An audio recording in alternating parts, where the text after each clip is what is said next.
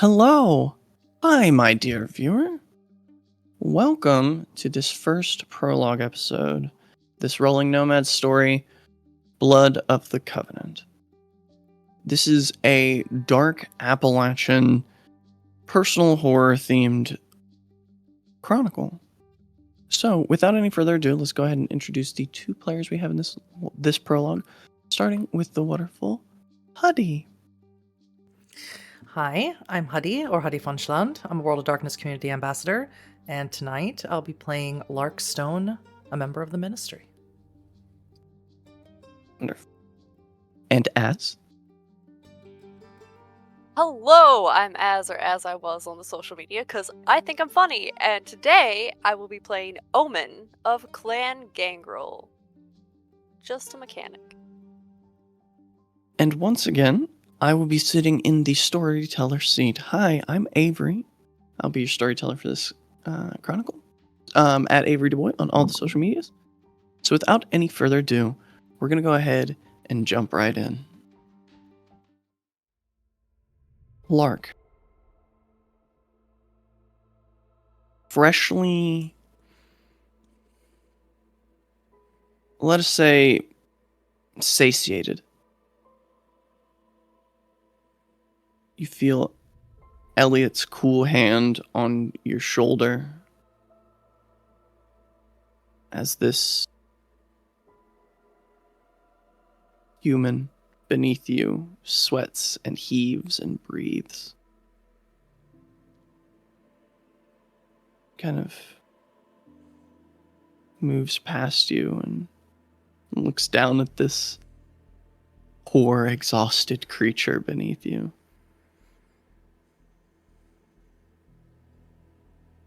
Well, that did not take him too very long, but I did quite enjoy that one. As long as you enjoyed it, Daddy. I wasn't particularly fond of how much he salivated. There is that. You can train him. I have faith in you. Well, my daddy said you could never make a housewife out of a whore, and luckily I never wanted to be a housewife. Oh, your daddy was many things, but a wise man. I think we both know better, my dear. Anything can be made into anyone, and vice versa, should you have the faith and determination to see your ambition through to its end. She'll sort of climb off of this person and just say, that may be so, but I don't see a lot of potential in this one. Elliot. Of course, Baron Elliot Vicenza, tall, waifishly gaunt. Dark eyes, dark hair that curls at its ends. Not quite in his usual garb that he would usually be getting ready to get into tonight. He does have a sermon to preach here at the Blood of the Covenant Church of Christ, which you are deep beneath in the catacombs that he has made.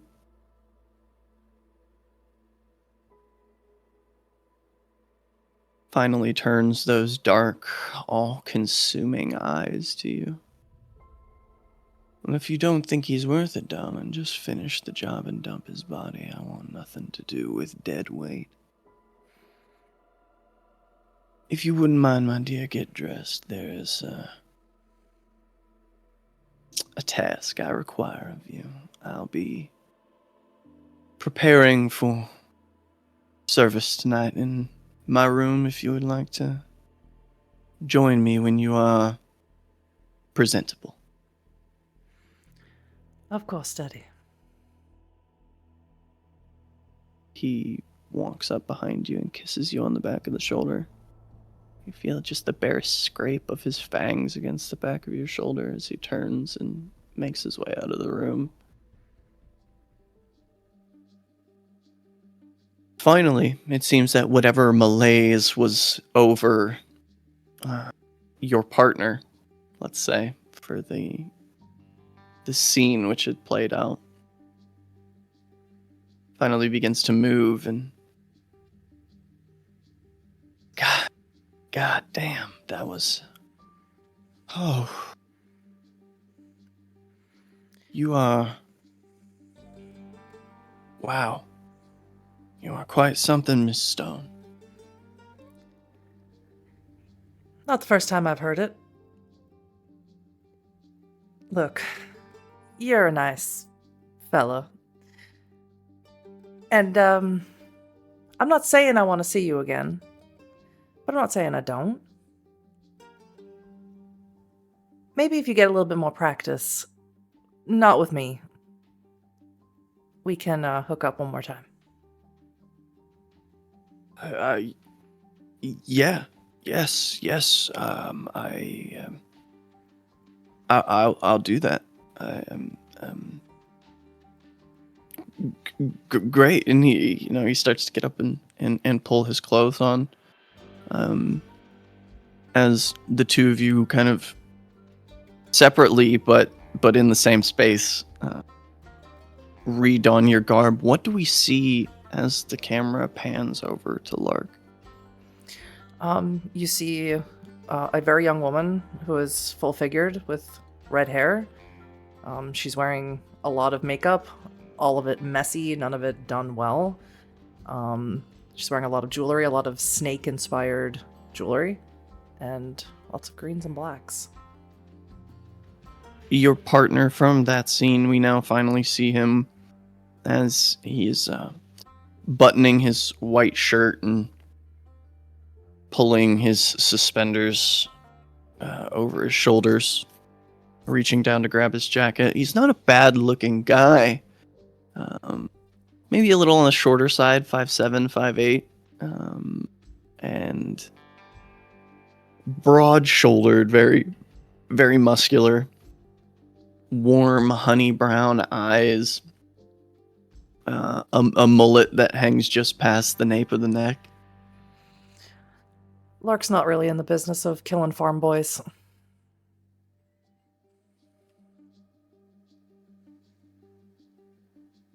Well, do I come back here to see you again, or can I meet you somewhere? Have you ever heard of Nexus? Yeah, that's that techno babble dance club across the river over there in East Side, right? Yeah. If you think you've leveled up your skill enough to satisfy me, then you can meet me there. I'll find you. All right, I can do that. What do you wear to go there? Not suspenders. Right. Well, I am. I'm sorry, what? Did I ask you your name? No, ma'am. I didn't think it was quite important, with the getting down to the horizontal tango. No, it wasn't. But I'll ask it now.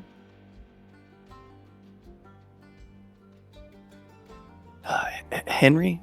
Henry Donovan?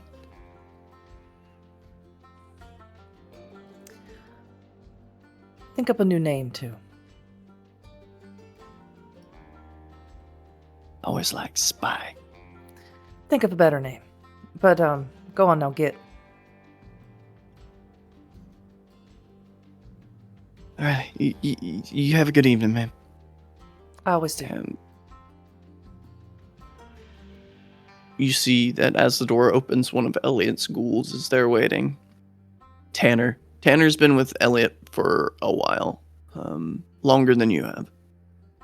And Tanner just kind of looks over Henry's shoulder. Where am I taking him? Drop him off at, I don't know, I'm sure there's a Wawa or a gas station or somewhere around here. Just drop him off there. Want me to take him to the sheets? Tanner, I think it would be- I don't really care where you take him. Just away from here. I think it would be ironic. I will take him to sheets. As you wish. And he just puts his finger under Henry's nose and kind of pulls his gaze up to his.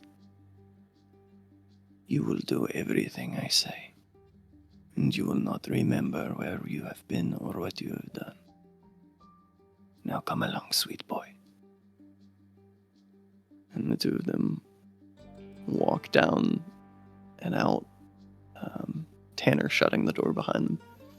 She will find Elliot once she is dressed. You move through these catacombs, past several of these pleasure chambers and the true worship chamber beneath Blood of the Covenant Church of Christ. This falling down, broken church. The true life of it is beneath the ground. And as you pass it, reaching the chamber that you know Elliot havens in himself, you see that he's in there with that stupid bitch thin blood Jessica.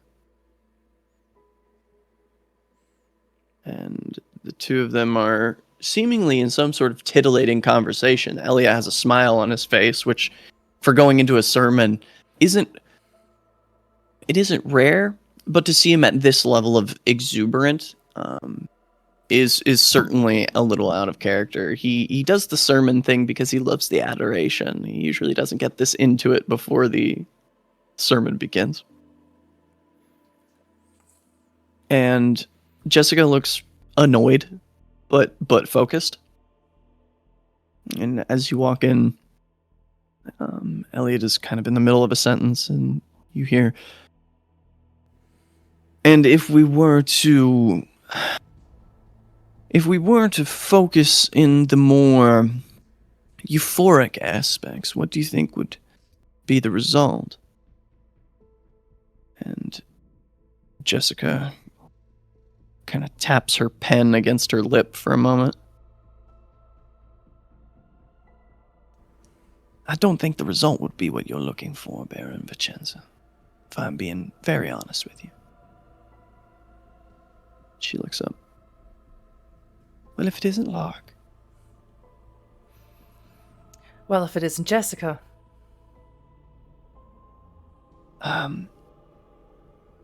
With your encouragement, my Baron, may I be excused?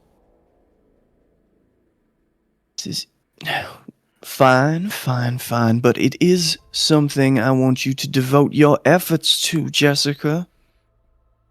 There isn't enough euphoria about it. It needs more. It can't always be haints and hauntings. We gotta have some joy. Some pleasure. Chinata. Fine. I will look into it. And she stands up and moves past you and out the door. Leia looks over to you.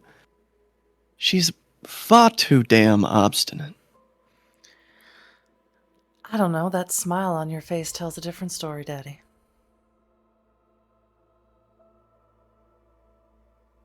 I'm merely energized by my ambition, darling. Please, have a seat. She will.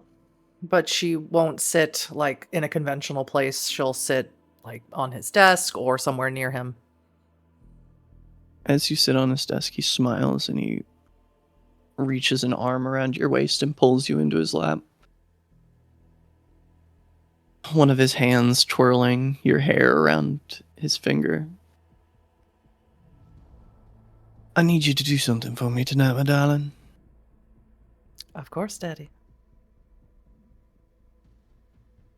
I need you to relay a message to that old junkyard dog down there at the auto body shop. Can you do that for me, sweetheart? Of course, I love visiting my favorite pet. Wonderful. Do make sure he's treated with, at the very least, the warmest of intentions. Now, there is a train coming in from Spring Hill, and the 7th car on that train has a little something I would like. Do I get to know what it is, or am I going to be surprised? Oh, I thought you liked surprises, darling. I love surprises, but I don't like surprises that are unpleasant. Well, what we do can by its very nature be unpleasant, but so in through the confrontation of that unpleasantness and then flooding us with the abundance of it, do we receive the embrace of our dark Father. So do we live in his glory, walk in his shadow. Lark will sort of lean into him and say, "Come on, Daddy, save those for the congregation. You're preaching to the choir." I've been accused of far, far worse. Now, I'll tell you this much. The equipment is fragile. The disembarking of it from its train will need to be done quickly but gently. Never been accused of such a thing, but I'm always willing to give something a try once. Well, I do prefer the way you ravage, my dear. However, I must impress upon you that this may require a gentler touch. And I don't it know. is through your My- it is through your presence that I endeavor to maintain that gentler touch through our dear smuggler. I don't know if my sweet puppy is as gentle as you think he is. Oh, I'm quite counting on the opposite. All right. After all, what kind of daddy would I be if I didn't give my baby girl a big, scary dog? Omen is just like a little puppy. I'm very excited to see him turn into an attack dog. Yeah, well, you know what they say, the sharpest teeth the dog will ever have is their milk teeth. Can I ask you something before I go? Well, sure, my darling. What is the point of me showing all these boys and girls a good time if Tanner's just going to take all that euphoria away from them? That doesn't seem entirely fair. No, it's not about them, my dear. We've gotten what we needed from them, and when they no longer serve a purpose, then they must either rise from the ashes and find their own ambition, or die in ignoble anonymity. I was hoping that you would just say that you don't want anyone remembering the pleasure of being with me except you, but I'll take that as an answer as well. I see you strike to the heart of me, my dear. All manners of facade over my protectiveness of you has been laid bare, and you see me for what I am. I am just a man in love with a woman. That's exactly what I wanted to hear. I'll kiss you on the neck. The train should be passing through in the next few hours. So if you wouldn't mind, my darling. I'll make sure that the puppy is washed, collared, and fed. No. And to think there was ever a time where I could have survived in this life without you, my dear. You'll never have to find out. All right now. And she will leave.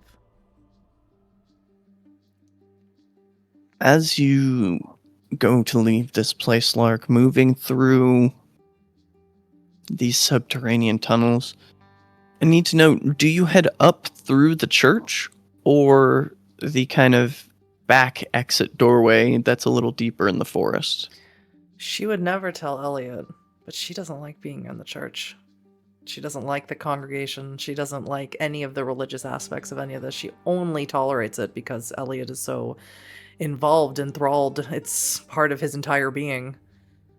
So no, she doesn't go to the congregation. Sure.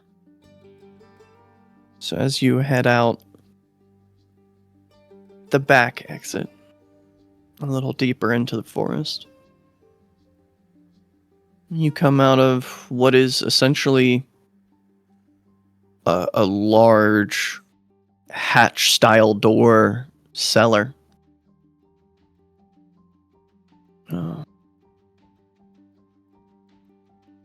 You can tell that the air is cool by the way that the mist hangs low.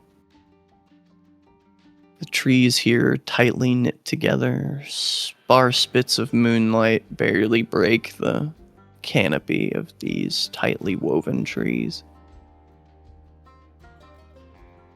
How does Lark feel about being alone in the woods? I think she has an inherent fear of it, being kindred, but I think there's a deeper fear in it that she doesn't know where it comes from. Lark is a person who doesn't remember much of her mortal life, either voluntarily or involuntarily. She's not sure, and she doesn't really want to explore it. But as soon as she's in the dark, she activates Eyes of the Beast. Sure. As your eyes begin to glow red and you can see around you in perfect detail and walk. I think the strangest part of your short jaunt through the woods up to the road, it's only about an 8-minute walk, is that there are no animal sounds, no foxes, no bats. Forest is quiet tonight. The only sound around is crunching of leaves beneath your feet. That is until, with your Eyes of the Beast, you see a flicker of light, illuminating someone standing against a tree, smoking a cigarette.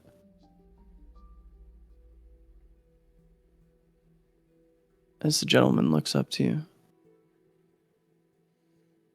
Pretty thing like you alone out in the woods.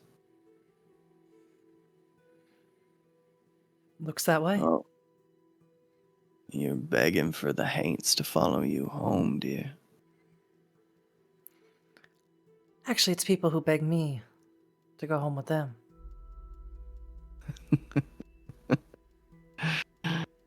Well. What's your name, kid? You can call me Stone. Stone. Well, you can call me Joiner. Well, we're both using pseudonyms, so what is it that you want, Joiner?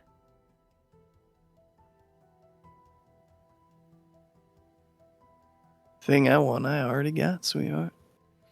So you're just There here to ain't waste my time, then? I'm just saying there ain't nothing you can give to me you ain't already gave. How cryptic and boring.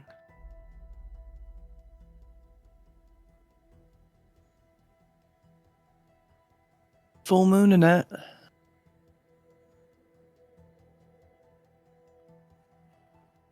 Just be careful out there. Your old daddy'd just be a mess if something happened to you.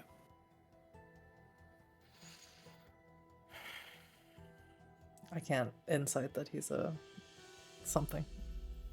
I don't have any animalism. Let's see what you do have here, Lark. Nothing that'll help me here. Which I would have turned Eyes of the Beast off as soon as I saw a person. No, I have Sense the Beast. I'm lying. Yeah, you do have Sense the Beast. I'm super lying. Would you like to use it? Yeah. Resolve an A animalism street for me if you don't character like. lying? What? Am I at 1 hunger? What hunger am I at? We didn't do a rounds check. Make 2 for me right now. 1 success, 1 failure. So 2. 2. I'm gonna risk the again. I want a blood surge again. I'm at 3 hunger. 2 successes. As you use Sense the Beast in his general direction, one, you can tell that he's very not animalistic whatsoever. It seems like even whatever you are feeling from him, it seems more manufactured and less organic.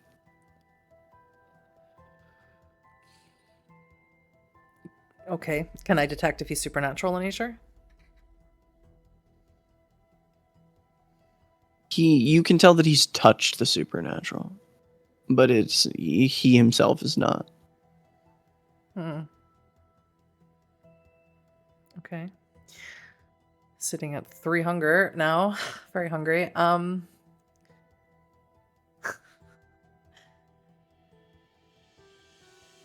She'll say, so if I'm supposed to be careful out here in the woods, I assume that you have no fear of any nasties lurking out here. Not when I'm right where I need to be. Can I activate? No. Can I activate awe? Sure. How are you going to proceed with that? You awaken your presence. What's the move? I would like his eyes on me. And I would like to sort of get him away from where he is. See if he would follow me. You say you're right where you need to be. You're warning me about being out here at night. You sure you wouldn't want to escort me to a more well-lit area? He kind of flicks the ash off his cigarette, lifts up his boot, puts it out on the bottom, and tucks the half-smoked cigarette behind his ear. What the hell? It's not like I got anything else to do. He walks over to you and offers you his arm. She'll take it. Okay. So I assume that Lark is intentionally walking to wherever Omen is. She will definitely be rubbing up and down his arm, and she will be sort of looking for any little signs that he is in any way interested. One of the things you first feel, which you would have felt this 100 times, you can feel the scars of track marks on his arm. Mm-hmm. As far as him being interested, his energy is very trepidatious, but not in a fearful way. Cautious maybe is a better word. Mm-hmm. It seems something about you has set his self-preservation instinct off. But in the grips of your awe, it seems like he's struggling to do anything about it. She'll very gently touch the track marks and say, "Are you looking for your next fix, honey?" No, I've been clean for, 3 years now. Well, Really? clean up the hard stuff anyway. Do you still partake in euphoria, let's call it?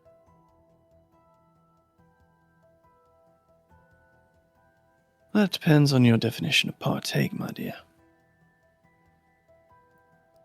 Do you seek out pleasure? It suits me. What if I told you that I could give you pleasure right now and it would cost you absolutely nothing?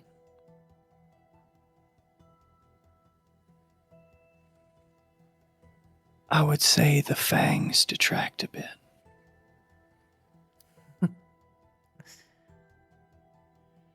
Don't worry, I'm not here to hurt you. Now that warm and fuzzy feeling, that was a nice touch. I like that. It's kind of my specialty. But, what do y'all call yourselves? Kindred. I don't fuck kindred anymore. Well, I'm sorry, that was never on the table. Well, isn't that delightful? Came here and waited for you for a very specific purpose, Larkstone.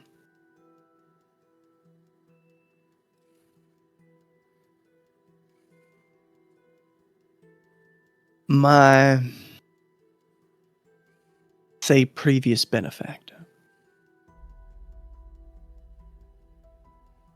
would very much like to take a shot at your dear daddy. And I get the feeling that's not something you would like. All right. What do you want?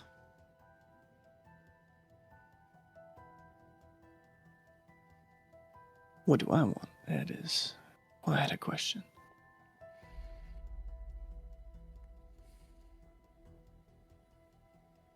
I just want to survive another night. That's all. Well, that can And very another. easily be done.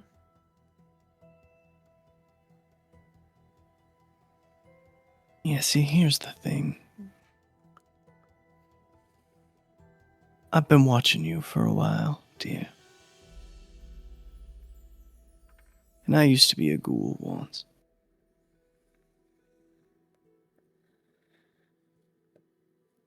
So I know a thing or two about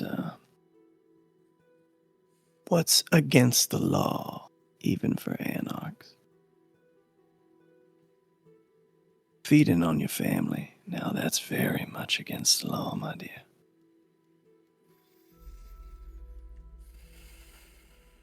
So let's make a bargain. Oh, I can't wait. I'll keep your secret. And I'll keep giving you whatever information I've got. If you can get me blood. Or what do y'all call it? Vitae. God, it's so pretentious. Vitae for you, or Vitae for someone else. Oh, it's not for me. And it ain't for no other kindred neither. And that's all I got to say about that.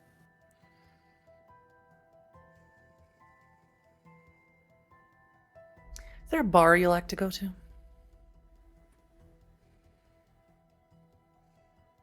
Depends on what side of town I'm in, but usually. Give me a name. Here in Connell, the Red Room usually does the job. Show up there the next couple of nights, and we'll seal our deal. All right. As you step out onto the road, sparsely lit. Well, I think I met the requirements for escorting you to a better lit location. Does that bother you, light of this intensity? I've always wondered about you ministers. She pulls out a pair of sunglasses. Nothing bothers me. Oh, always so strong in the face of adversity. I'll see you at the Red Room, Lockstone. Yes, you will. Join her. He looks both ways, kind of pulls his jacket tight around him, and walks across the road and down an alleyway. Lark is irritated and also famished. But she's gonna go find Omen. Sure. And as you begin your walk down to the auto body shop, the camera will pan over to said auto body shop. Omen, you've got an 86 Bronco with a busted head gasket and the oil hasn't been changed in over a year. And the guy's sitting out in the waiting room right now. But this thing's a fucking mess. It's gonna need a whole new engine. It's a waste of my time and his. And I'm just gonna kind of just go over everything a couple more times and just come out into the waiting room. All right, Yes. so you want the good news, bad news? Which one do you want first, man?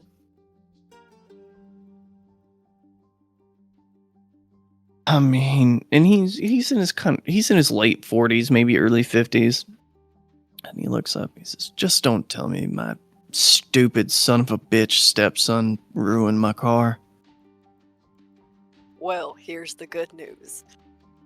Body's fine. Engine, fucked. But I can drop a new one in, probably a couple grand, and ready to go. Oh.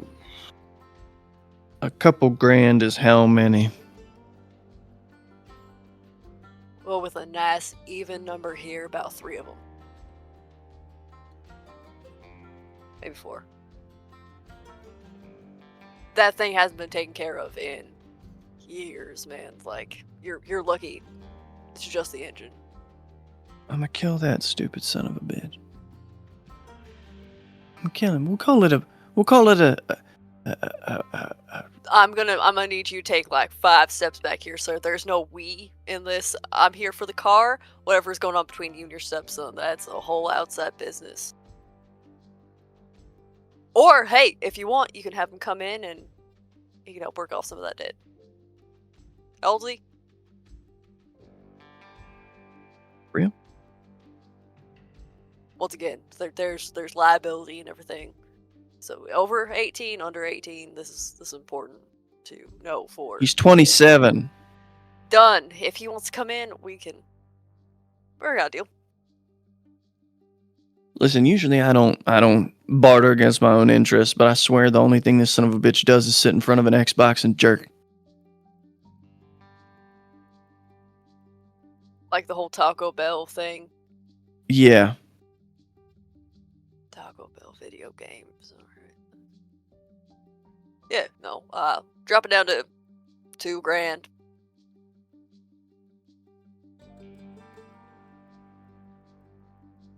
$1,800, and if he fucks up, you can beat him.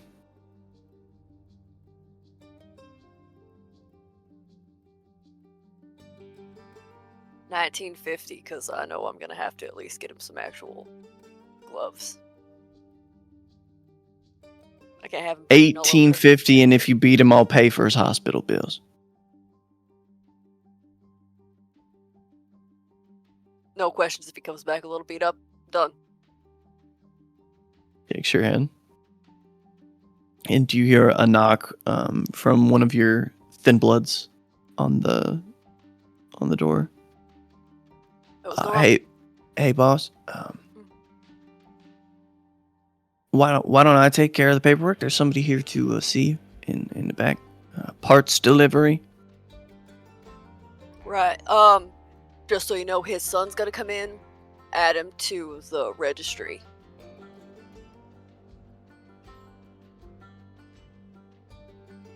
Don't look at me like that, Don.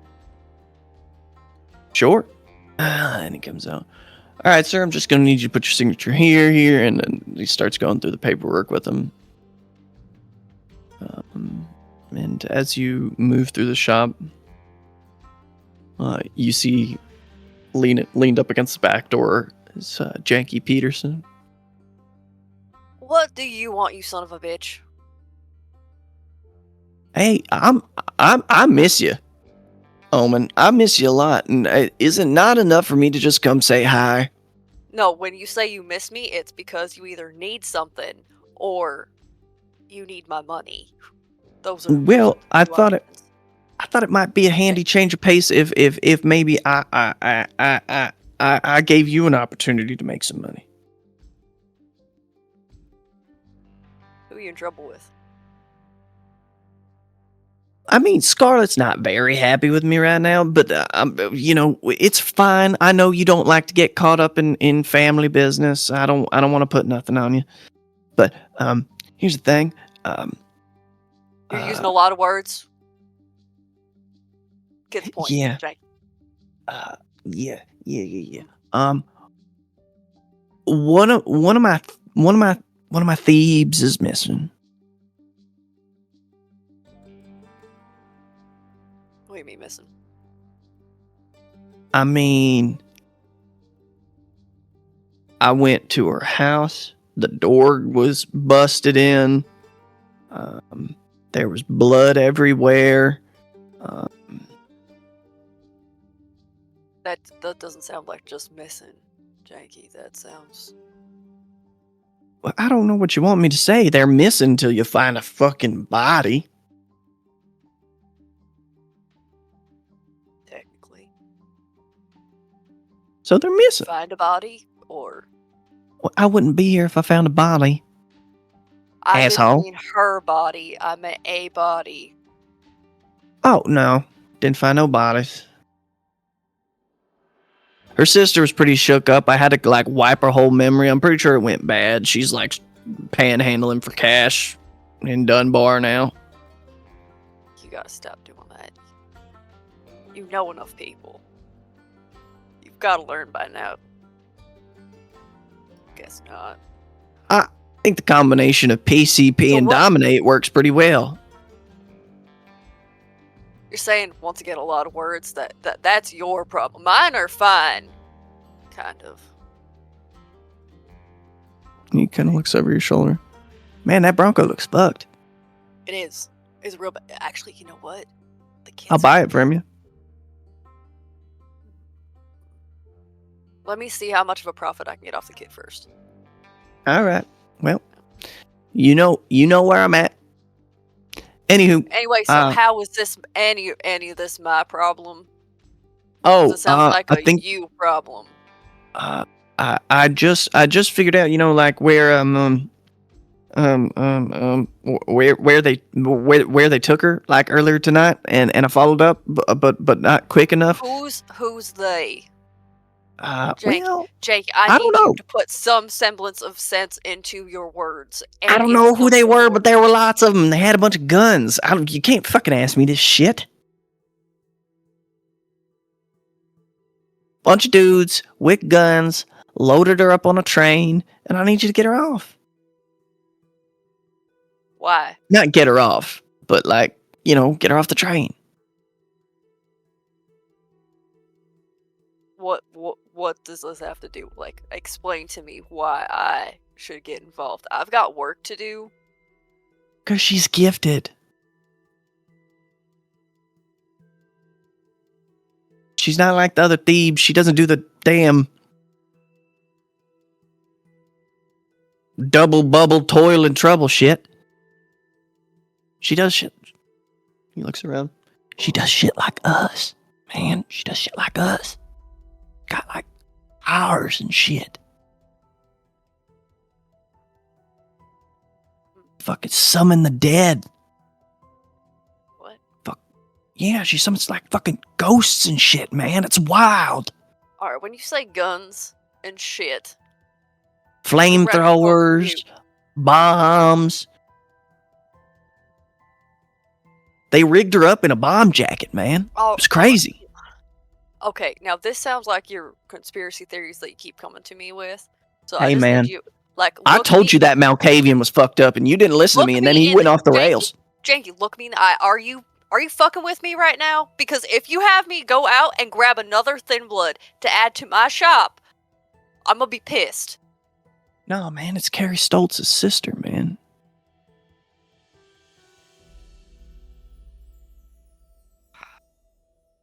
Carrie and Scarlett kind of got a... I know. Yeah. Well, look. Why? Why? I tried to leave it out, but then you started asking me for more details, you stupid fuck. I try and keep you out of the family business by not telling you it's family business, and then you get mad at me. To be fair, if I found out afterwards, I probably would have taken one of your arms off and then beat you with it. You'd have fucking tried, you limp dick motherfucker. You know what? Do you want me to go get her or not? Yeah, I do. Because I really, I kind of have something else I got to do tonight. But if you could do this for me and not get yourself blown up, just me. It's not a we situation anymore. It's a okay. I am he and he is we and we are all together, man. Listen to the fucking Beatles. Okay. All right. And figure out how much I can get for parts for this piece of shit, and we'll go from there. All right, I can do that. If I come back and it's gone, we're gonna have a problem. It's at this point, Lark, that you're approaching, and the door opens, and a man, kind of salt and pepper in his late 40s, looking very stressed, kind of comes out the front door of the auto shop, and stays and kind of holds the door for you. Just gives you a very polite nod. Is it very bright inside this garage? I'll leave that for Omen to answer. It's a shop, so it's got the overhead lights. Yep. Would this put me at a 2 dice penalty if I wanted to do anything fun in here? Sure. Okay. Well, I will smile broadly and very, very nicely and sort of run my finger under the chin of the stressed out dude as I go in.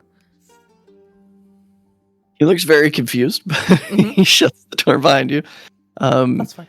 And you see a guy in a jumpsuit, kind of a blue jumpsuit with a name badge sewn on it. It says Don.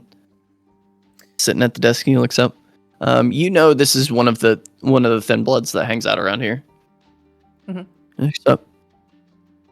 Oh, hey, Miss Stone. Hey, Don. Quick question. My dumb bitch cousin Dolly hasn't been hanging around here looking to fuck all the gearheads, has she? Well, no, but I think I did see her down. Oh gosh, what was that? Down on like 8th Avenue, maybe. Over on the corner, picking up from that. Oh, what's his name? What's he calling himself now? Shark? Something stupid. He's an ice guy. So. Did you see this tonight, Don? Yeah, I was on my way in. I pulled over and I kind of shouted at her, and she, fuckered right off the way she usually does. Great. Is boss in the back? Oh yeah, he's tied up with that old janky. Ooh, fun. And she'll keep walking past. And as you walk into the back, he says, well, it was good to see you again. Do you want me to go pick Dolly up? And then you shut the door behind you. And Janky, you and Omen, you both hear the door to the main shop open. Janky looks over his shoulder. Oh, hey, Lark. Hi, Janky. Do I see? I don't see Elliot. No. Well, hey there, sweetheart. How's your night going? It's going much better now that I've seen you. What the hell are you doing here, Janky? Moving, shaking, making some cash, and trying to buy this damn Bronco of Omen, but he won't stop being a stupid son of a bitch and sell it to me. We just made a deal. You were there when the deal was made. Yep. Janky, be a dear and turn the lights down on your way out. Lock the door and turn them lights down low. Janky, move your ass. he flicks a few of the switches as he heads out the back door. He does slide a few boxes of auto parts in. Before he shuts the door, Lark will head back. And you can tell Dawn that he can go ahead and pick up Dolly. And he pops his head back in. You want me to go pick up Dolly? I don't give a good goddamn who picks up Dolly. Just get her here. You got it. And the metal door shuts very loudly behind him. And Lark will take her sunglasses off and...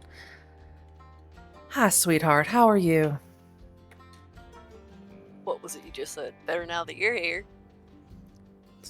Now, business or pleasure or... Well, my business is always pleasure, but There it is. I need a favor. Let me Now, rephrase that. Elliot needs a you- favor. There it is. What's your dad need now? I think he needs us to rob a train.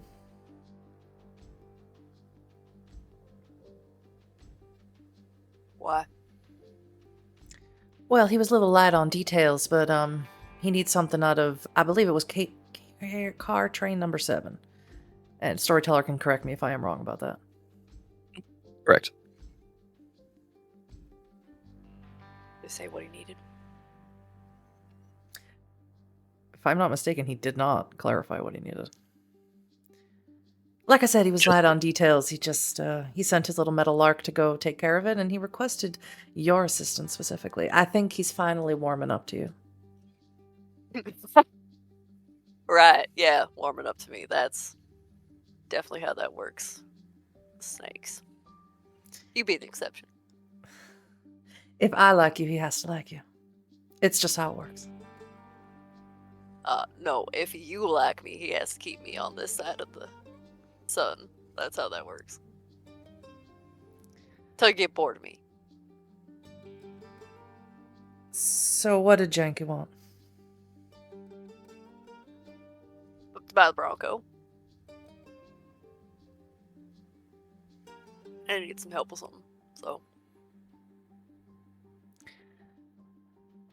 Anything that I can do for you, Omen. You do a favor for me and my daddy. I do a favor for you. The way Elliot described it, your daddy said that I do what he says. Oh, And I get come to on keep- now. This. My illustrious kingdom. And it is quite a kingdom. How many thin bloods are you going to employ? They just kind of show up. That wasn't what I asked.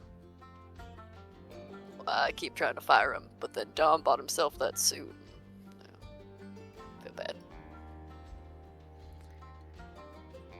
Don't make this difficult, Omen. I really like you. You're my favorite. Just don't tell the others. Any others. Hey, what others? There's only one me, sweetheart. What did Janky want? Funnily enough for me to rob a train. For himself or for Scarlet?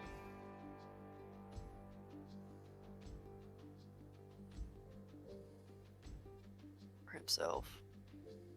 Just happens to cross some family lines. I know all about having to Mostly. cross family lines. I'm waiting for Dolly. Yeah. I kicked her out once, but that was after the whole thing with Jerry. So. Something about smelling motor oil just gets her going. Yeah, no. I'm sorry. Speaking of Jerry, you see Jerry's car pulls up, and he comes in the back door, fully takes his shin into the box full of these auto parts. Just like, fuck. You're late. Yeah, no. Actually, I think one of your issues caught up with me, boss man. What? What are you talking about? There was an auto accident out on the 64 on the way over here.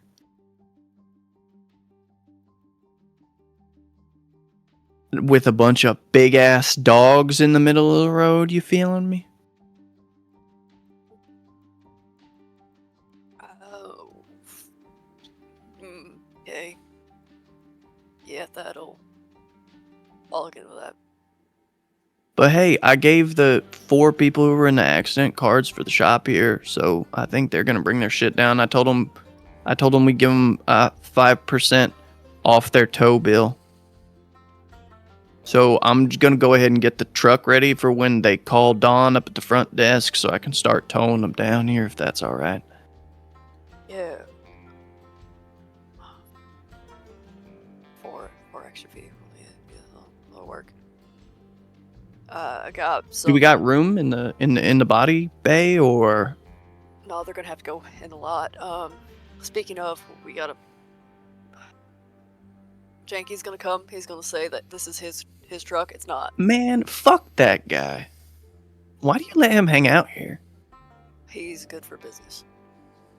He's really Anyway, not. I am going to be helping Miss Stone out this evening. Lark. Oh, hey, Lark. Jerry. Hi, Jerry. Hey, actually, I have something for you. Actually,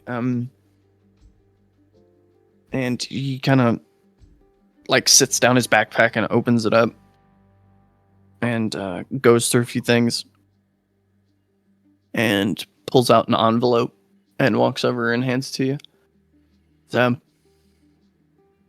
Charisse is feeling pretty sick, so she's not going to be able to make it to services this week. But so she wanted me to make sure that our tithe gets to the church, and I know I see you there sometimes. Would you mind taking this down there for me?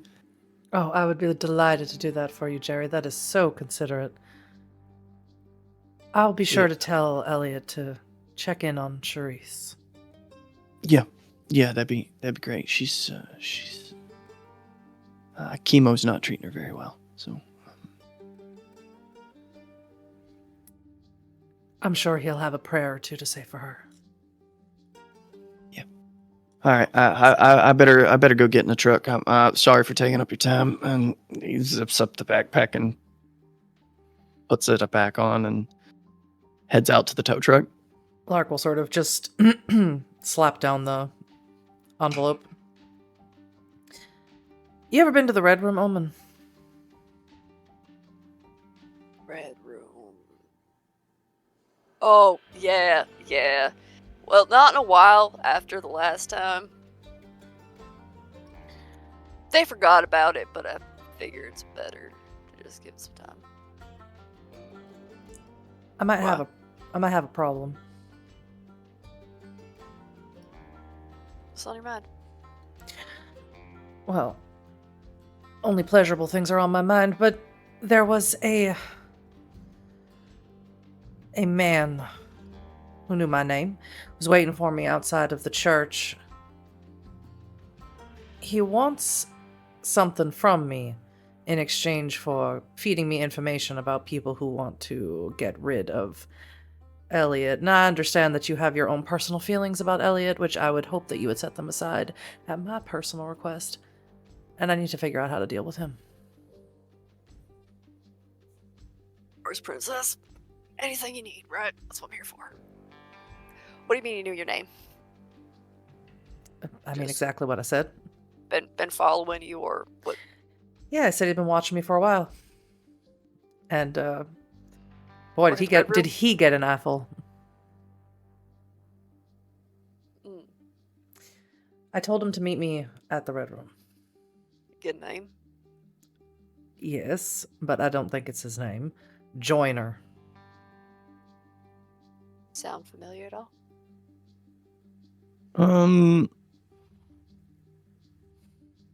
There was a guy that worked for Scarlet for a little while, whose name was Lucas Joyner. But you watched him get eviscerated by werewolves. That's the only Joyner you ever knew. Jerry just said the thing about. Okay, yeah. Alright. Well, seems like you and I have a date tonight, so Yeah, those are future problems. I don't know. There's a part of me that wants to show Elliot that I can be more. now this is just my personal opinion as a lowly gangrel. Those are I your can do words, never been mine. Oh, no, they're not my words. I've been hearing them for how long have I been dead?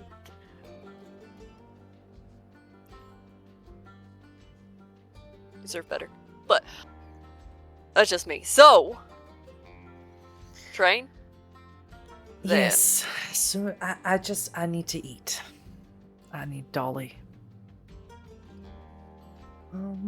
Very, very serendipitously, the front door opens and Dolly and Janky walk in the front door. And they're just laughing and guffawing and carrying on as they make their way into the main shop. And Dolly looks up. Oh, Lord. Hi, darling. Dolly, well, don't you just look like a vision? And you notice that it looks like she probably hasn't slept in a few days. She's definitely on a bender. But you're used to seeing this. This is kind of the state she lives in. Mm-hmm. Janky's like, I didn't sell her nothing. Did I ask Oh. Janky? I could see it on Omen's face. He was asking me with his eyes. I don't ask you shit with my eyes. You make assumptions about what's going on behind them. You got smoky eyes, Love Whisker. Janky, come with me, and Omen's gonna like swing an arm around Janky to give Lark some privacy. Yeah, I gotta get going anyways. I'll talk to y'all later.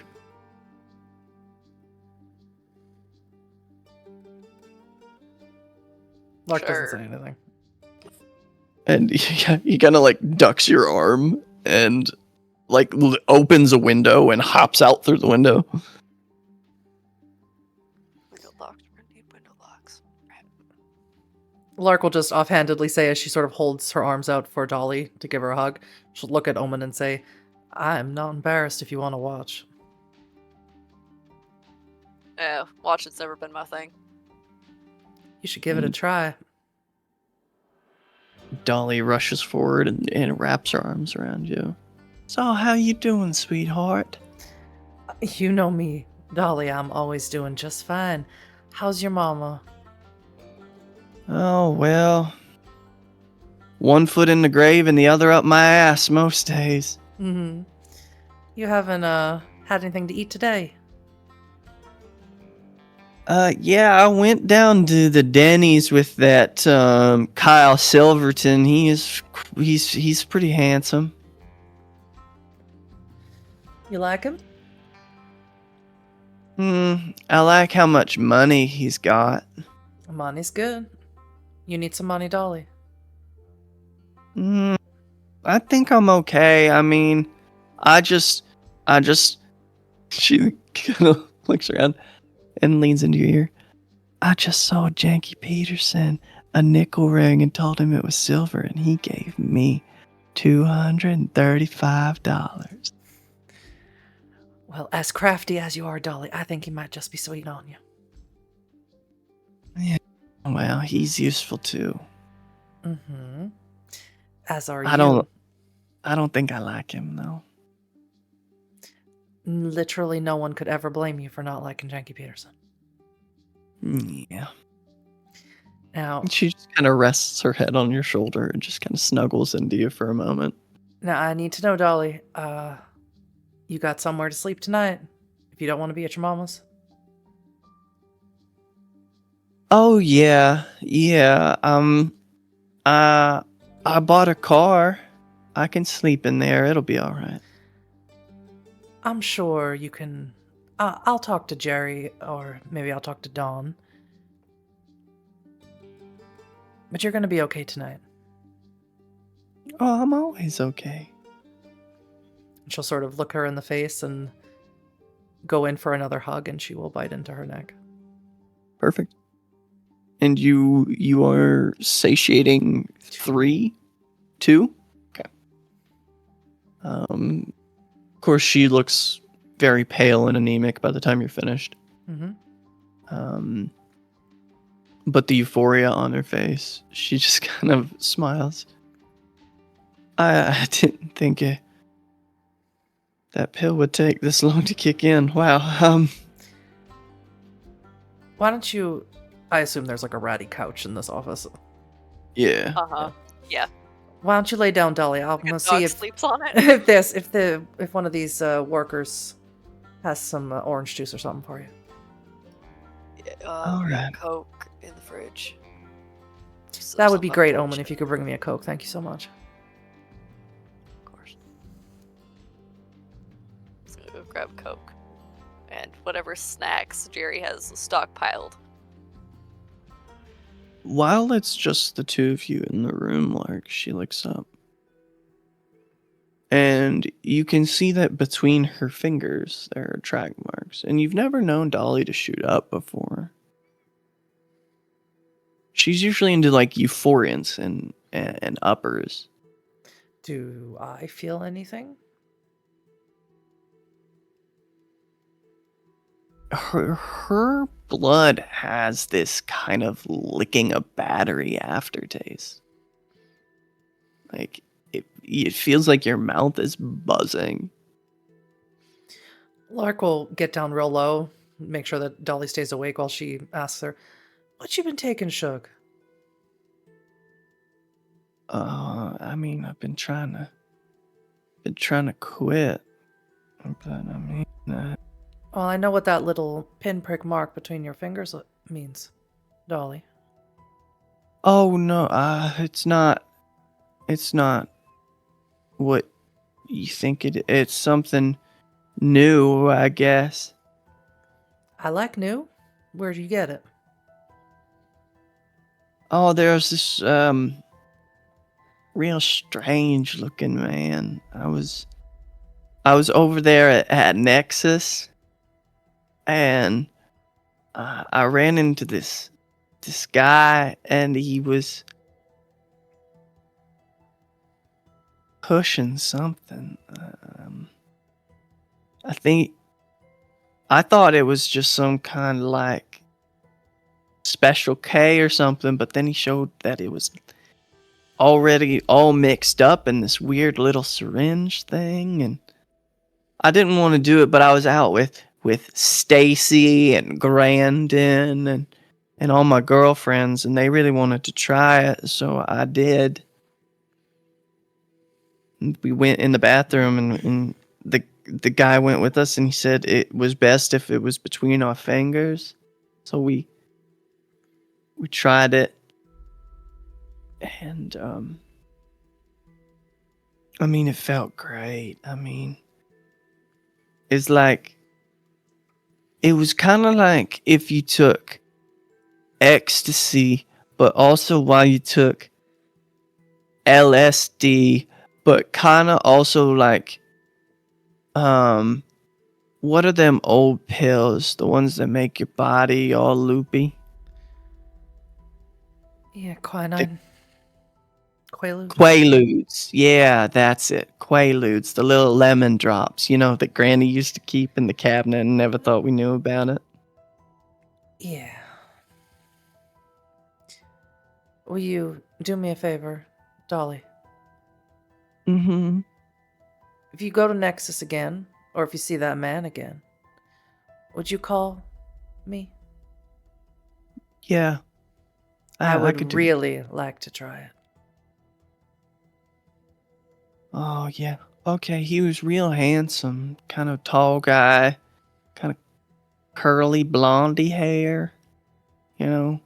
Oh my gosh, he kind of looked like like that guy from Baywatch. You know, remember when we used to watch Baywatch when we was little? Yes, I always had a thing for David Hasselhoff, did you? Yeah, he's just a handsome man. Well, that aside, you see that handsome man again in his syringes, you call me. You understand? All right. Or Okay. you'll never go into Nexus again.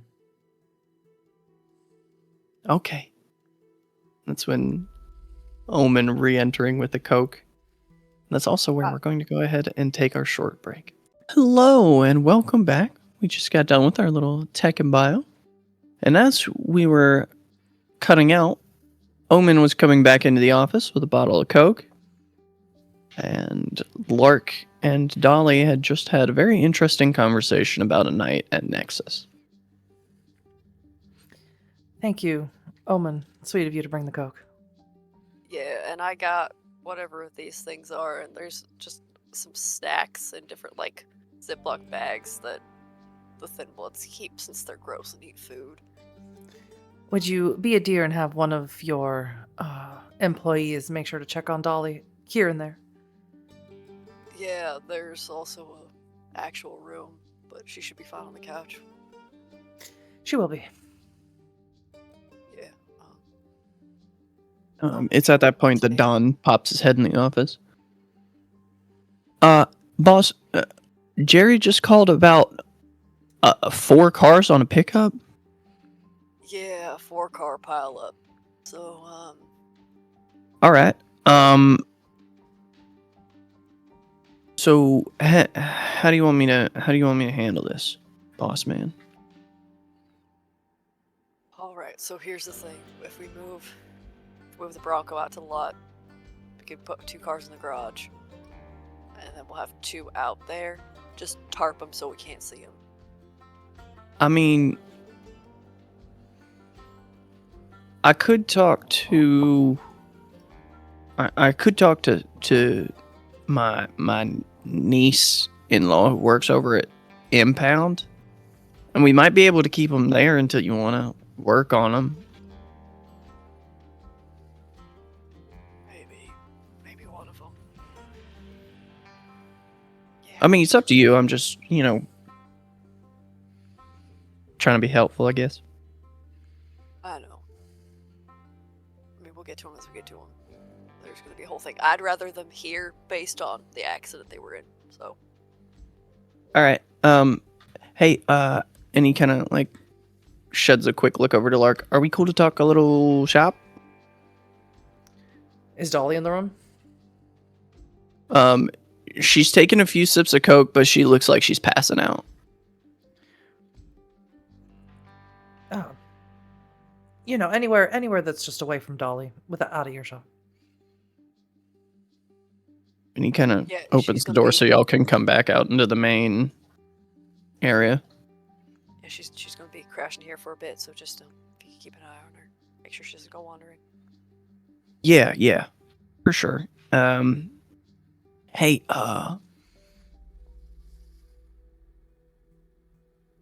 there's a new thinny running around. I met her at the Stop and Shop across the street. I don't think she knows what she is, boss man.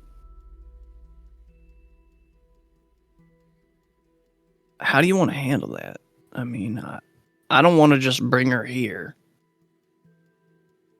Alright, so you think or you know? Those are 2 entirely No. different concepts. Well, that's the thing, right? Like, look, I've heard stories that there's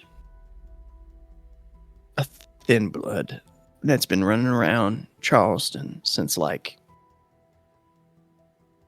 it was a fucking Civil War fort. Well, here's the thing, bud. You guys don't seem to live that long. Probably Yeah, just that's the move. thing. Look, that's the thing, Omen.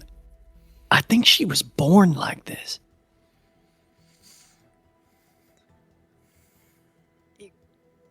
That's not how this whole thing works. That's No, it is. It is. I knew.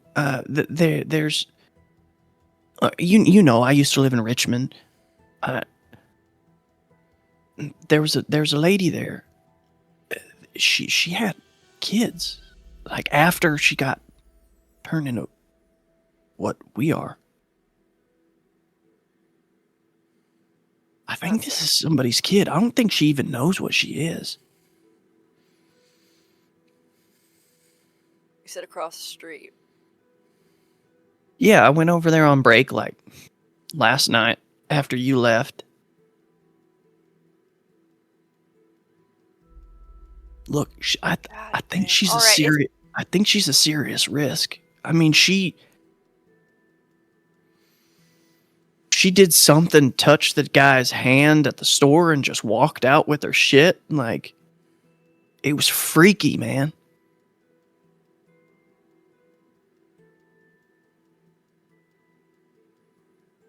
Give me your picture and I'll check it out. Have her come in for.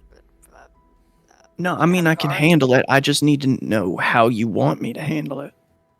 Well, figure out if you're actually right or not. That'd be step one. And then, fuck, have her come in. If anything, we wipe her. All right. All right. I don't. We'll figure. It's just it's just a little spooky. So I mean, God, it's got to be hard trying to go through life not even knowing what you are. We could always talk to the bear and just kind of looking at Lark. Yeah.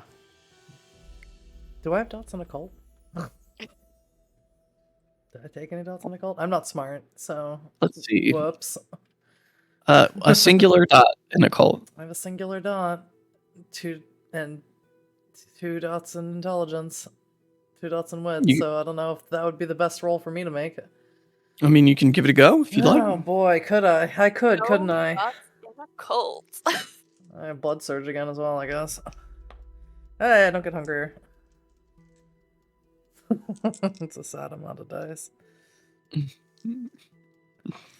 I got a crit on 3 dice. Oh shit. Nice. Okay. Cool. You know, I think that's fitting. Elliot has something of a preoccupation with these abominations. And Elliot would have told you that he's heard that they can procreate, and that sometimes they even get lucky enough that if they procreate, the thing that they make is like them. Well, now then Lark will say the thing I wanted to say, but I actually wanted to check before I said it. I'm sorry. This is Dawn I'm speaking to, right? Mm-hmm. I think it would be in everyone's best interest if there is a creature of a supernatural persuasion closer to our kind than another, that you send them to the Baron. Blood of the Covenant Church. Yeah, I know where Mr. Vicenza spends his time. All right. I'll see if I can track her down. That's it. That's your goal. You're gonna find her and figure out if you're right. Yeah. That's it. Step 1. Yeah. I'll work on it. Also, name would be good. All right. I can do that.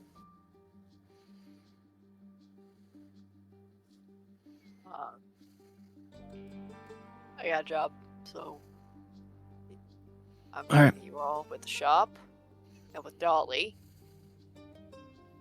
Yeah.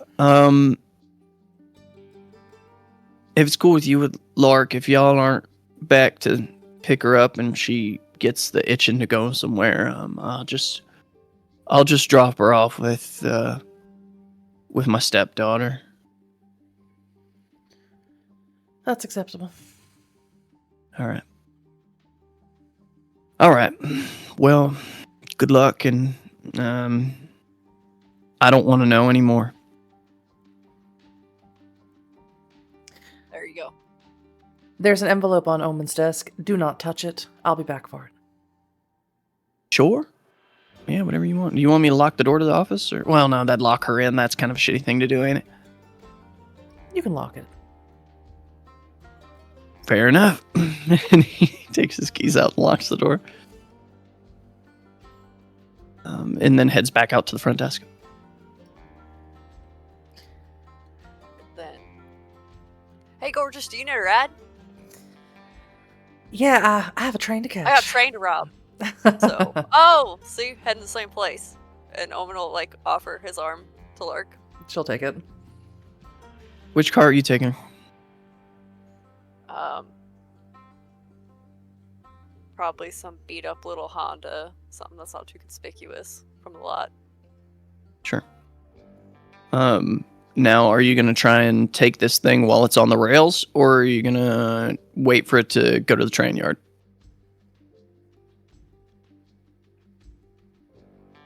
One of those things seems easier than the other.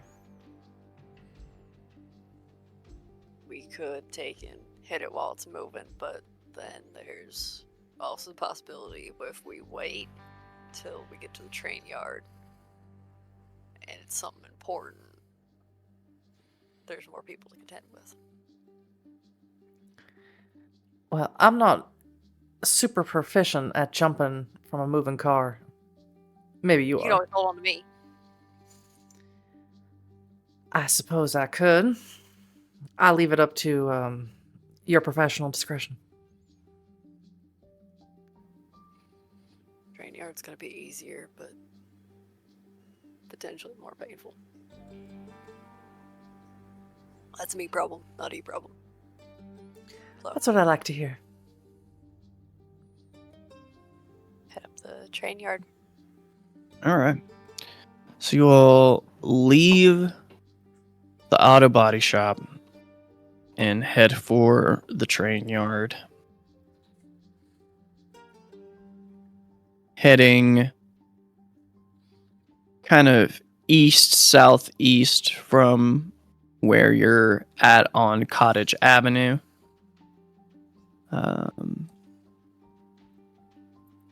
The train yard is out near Chapel Hollow. It's pretty, I don't want to say pretty close to the church, Lark, but it's within a 10-minute drive from the church. There have been times where Elliot has wanted to do a tent revival at the train yard, and so you've been there before. And as you pull up and approach, if both of you could give me a wits and awareness. Oh, terrible. Hey, wits. Awareness. That's a... This is not a good roll for me. I say we rouse this blood real quick. 2 successes and with a possible bestial. Okay, well, I'm gonna. We're doing so good. Yeah. I rolled that crit. That I saved it for that nonsense. That's 4 successes. With your opposition only getting 1 success. What both of you will notice is that security is usually pretty tight at the train yard. Charleston is a pretty big freight town.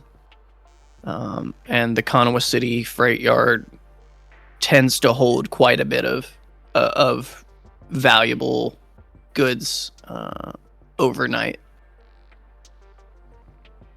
So security is usually tight, but you see that it's definitely not just the bully boys tonight prowling the train yard. You see people with military grade gear walking around, tapping headsets.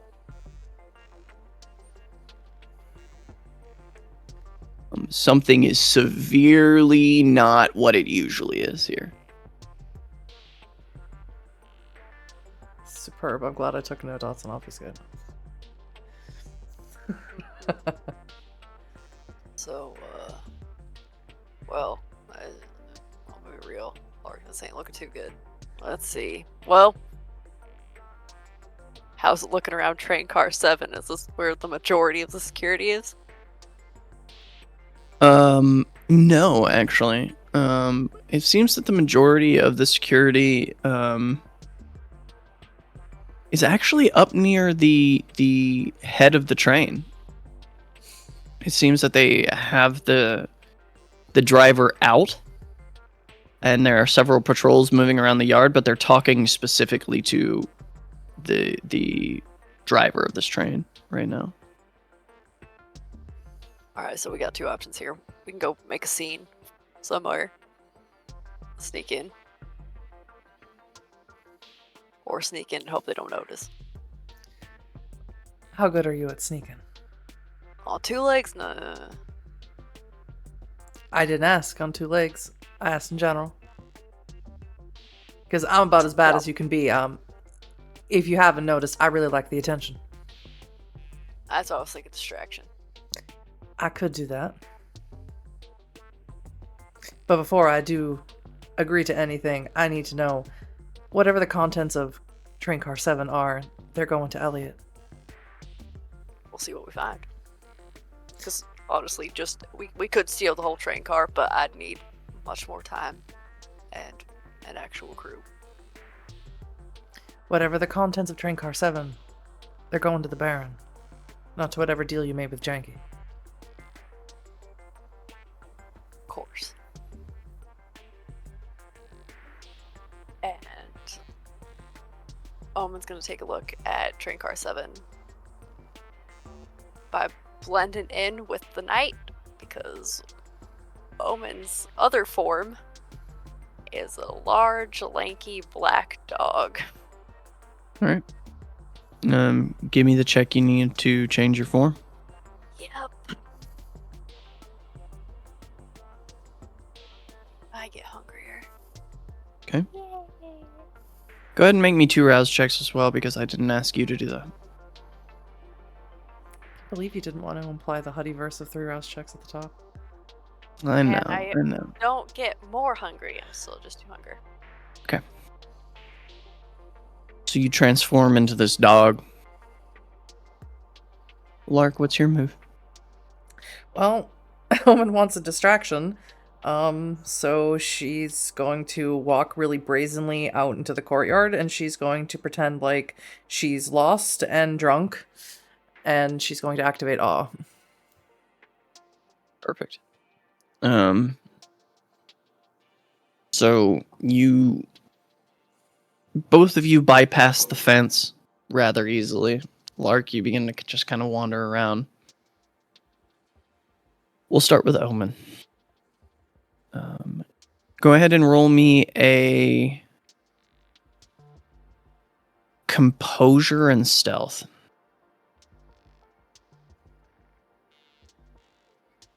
And for your form, I'll give you a 1 dice bonus.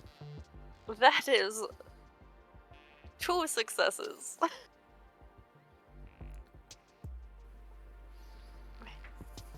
I can burn willpower because I have that. All right.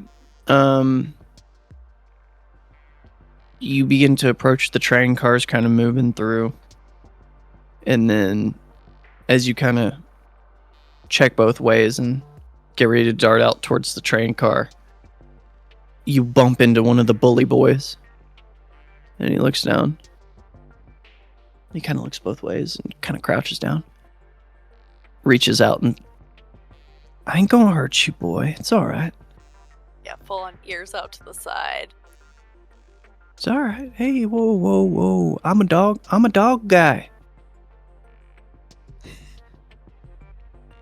Omen's gonna sniff at the hand.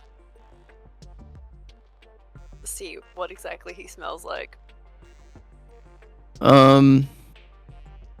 His hand smells like door grease and maybe an after scent of like talc powder. Maybe this dude's kind of a gym bro. It doesn't smell pleasant. It just says, hey, you're not biting me yet. We're doing good. But I don't think you can be here, little buddy. I mean, we got a bunch of fucking jag-off feds running around here tonight. If they see a dog wandering around here, they're gonna think our security's shit. Omen's just gonna kind of huff and like lick at his lips, and then look around to see if there's like a place he can duck into around the freight cars.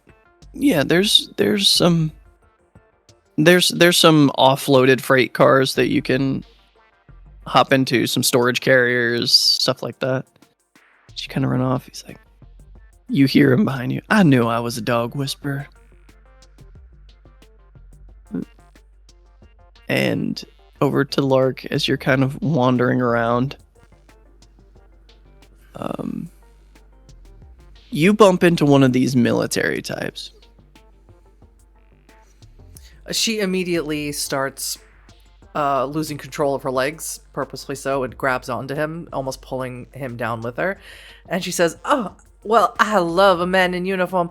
Did you see a limo somewhere? It's my bachelorette party. I seem to have lost my limo." He kind of like struggling to hold you up, reaches up to his earpiece. As soon as she sees him reach up to his earpiece, she grabs onto his hand. "You have such big hands. I love a man with big hands." Ma'am, I'm gonna need you to refrain from obstructing my reach to the earpiece, please. Thank you. But don't you think I look good? Don't you think I look good right the night before I get married? And she activates all. All right. I will make a roll if I have to. Yes, please. Yes. Let's do manipulation and subterfuge. That's my highest dice pool. That's 8 dice for me. Perfect. Oh yeah. Of course, with your presence rating as well. Oh, even better. That's 10 dice. Come on, messy critical. I only have... Okay. Wow. 1, 2, 3, 4, 5, 6, 7 successes. Okay. A very rare occasion, you find a moment of resistance before he relents. Ma'am, yeah, sure, you look fine, and then it hits. You look great. I mean, honestly, wow, you look amazing. Don't you just want to take me around to some dark corner somewhere and have your way with me? Bring a couple of your friends too.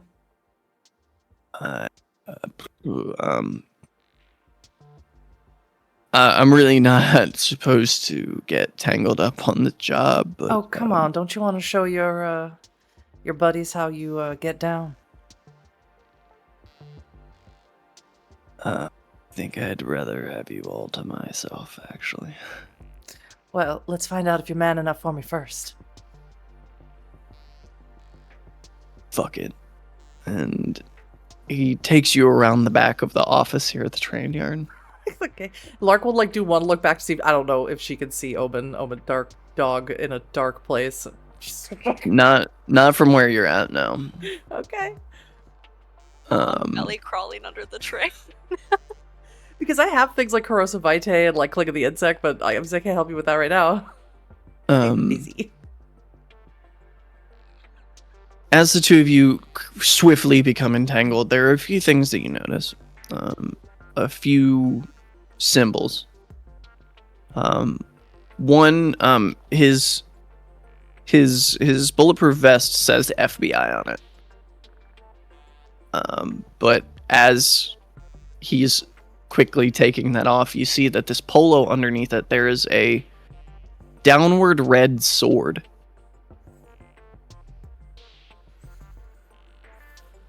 Mm-hmm. Elliot has definitely told you what this symbol is. Perfect. How hard would it be for, in the entanglement, for Lark to bite her tongue and feed him her blood? Let me just make a little roll for him here. Not hard at all. He seems very engrossed in the action of the scene. She will force as much blood. I don't know how many rouse checks you want me to make. She'll force as much blood down his throat as it is necessary. I'll say, because correct me if I'm wrong, I don't anticipate Lark as much of a kisser. Not generally, but she's gonna make an exception tonight. I will. She's always primed. anywhere from 1 to 3, your choice. Yeah, I'll make 3. Okay. I'm at 1 hunger. Oh, that's good. I'm at 3 hunger. Okay. All of that sweet blood from Dolly feels very anemic now that you've fed this guy, and the two of you commit to your entanglement, let's say. The whole time during Lark's going to be whispering once the blood has saying that saying things like, you know, I don't know if I want to get married, you need to come find me, stuff like that. Perfect. The camera will shift back over to Omen. Counting the cars as you belly crawl beneath them, you make your way to the 7th car from the head. And I'm just gonna kind of put an ear to the bottom, see what all he can hear. You hear see if some. there's an actual hatch, like the freights usually have. Yeah, there is a hatch in the bottom. You hear some whimpering. You smell blood. And you hear some pacing footsteps. I'm just gonna take and trying to quietly open the hatch, but he's gonna have to drop the form with paws. Sure. And then it's just hopping in and trying to grab a hold of whoever the person pacing is. Use cloud memory.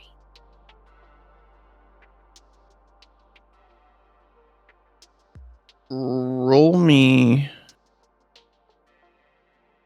your dexterity. This is how we're gonna figure out which one of you acts first. Okay. That's a messy crit. How many successes? So I got a messy crit. That's it. That's Okay. 2 10s on the hunger die. Great. So good. So you are going to take your action first. There is a light in the corner of this train car, so the lighting is very poor. I'm going to say with that messy crit, increase your hunger by 1. And whoever you get your hands on, you're not going to try and make it look like this is just a routine smash and grab. You're going to hurt this person to the fullest capability of your vampiric nature. Okay. So how would you like to proceed? I'm just gonna pop through the hatch and clamp on to whoever's pacing. the first thing that makes a sound. You don't really even look around the train car. As you pop in the hatch, you see that one of these feds is turning with a rifle in their hand, raising it up towards you, and everything just kind of goes red. Yeah.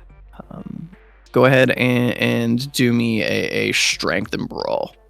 That's 6 successes. Perfect. How do you attack him? Lay it on me. I mean, with that messy, and at the 3 hunger, and since we're on a job, he counts. So sinking teeth into him. Even if it's Alright. just the hand, it's the first piece of open skin that Omen sees.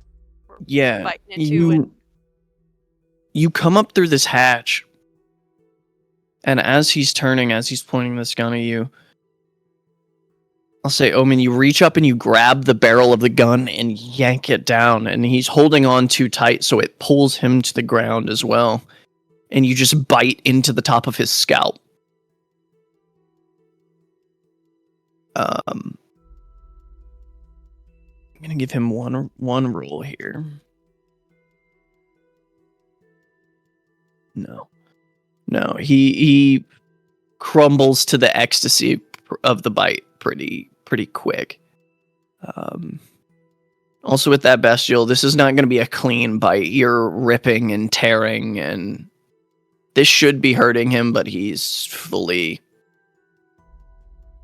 given into the ecstasy of it. How much blood are you taking? 2. That's not going to be enough to incapacitate him. You're going to have to incapacitate him a different way. We're just gonna have to eat him.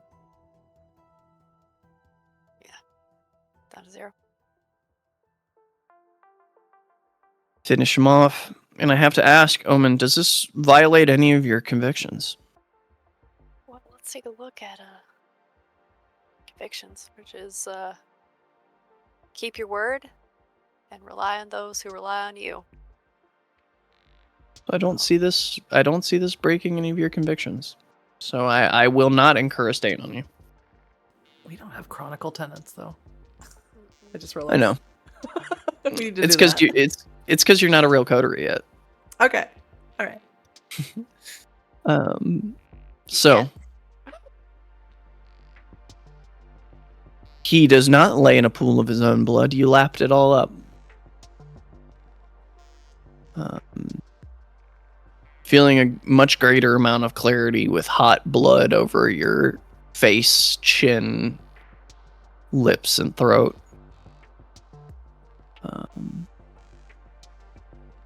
Taking stock of the inside of this train car, it's actually relatively bare. There was a chair in the corner where you assume that this man had sat during the train ride. You see that there is a woman. Her arms chained behind her back and lifted up to the point that she can't really move. Much as Janky described, she has a vest on with a bunch of wires and packs of plastic explosives. You also see that there is a black military style locked crate. And in red letters it says fragile. Handle with care, this side up. Hey, everything's okay, right? Right. Let's take a look what's going on here. Right. I know Carrie. We're gonna just Okay. All right. Take a look, alright? Sure. Just don't, just please don't blow me up. Please don't blow me up. Hey, if you blow up, I blow up. I don't want to get blown up today, alright? So we're just gonna... Okay. You've done this kind of thing before?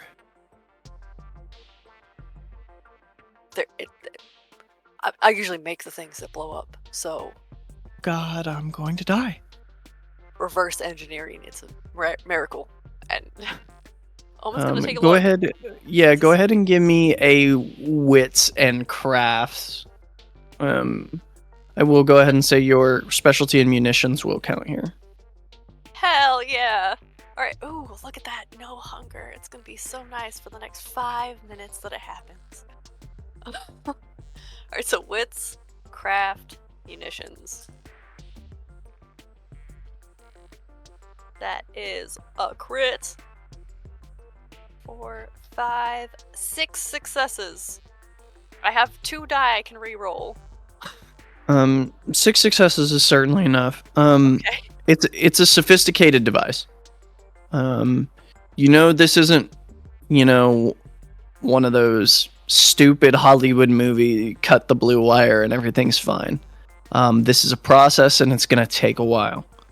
But you're pretty sure that you understand the process.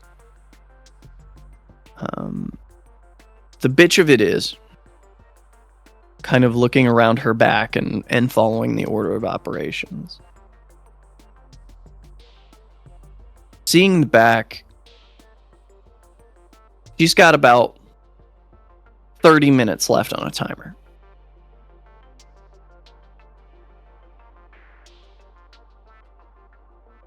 Alright, so this.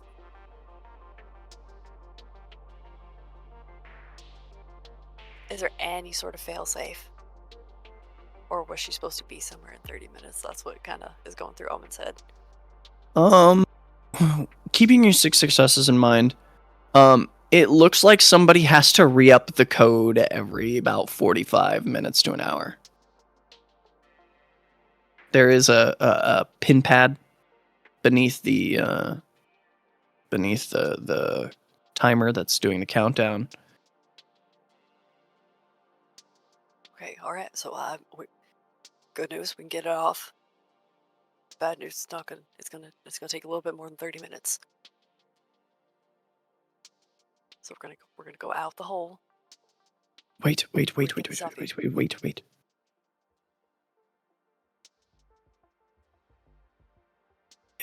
Can you get these chains off of me?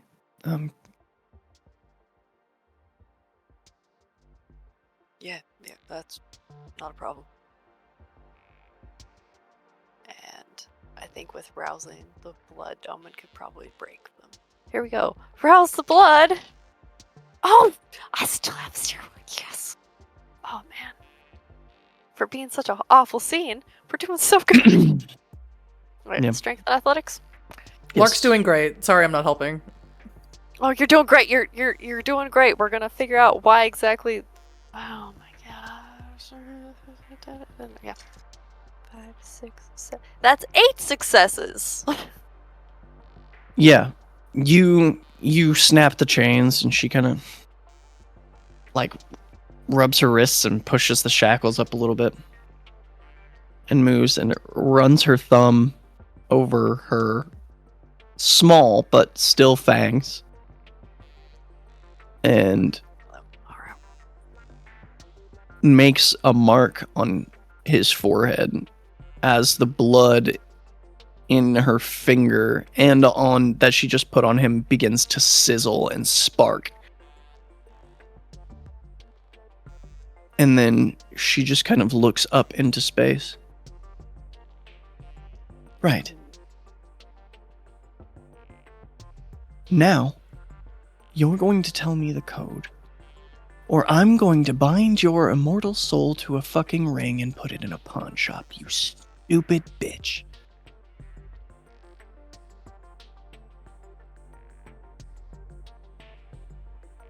She waits for a moment, turns back to you. This is going to be very uncomfortable. I'm so sorry. She reaches out into air and then thrusts her hand out towards you. What is your current willpower? Ah, god damn it. So, for Omen, I got 5 left. So I will roll 5 dice here. That is a critical, but it's not for a total of 5. So it's a very awkward feeling having a spirit thrust inside of you for the first time. It feels wrong. You're cohabitating your own body with another person right now. Neat. And kind of without even your recognition, your hands lift up and kind of look over, and I don't. And you hear yourself say, I don't like this. I don't like it either, bud, but what's the code? Uh, I feel nauseous. 0413. 0413. How long's it good for? An hour. I can get it off in an hour. And the woman looks up and you see that her eyes are completely white at this point. So you have one more question to ask. You only get the 3. What's in the box?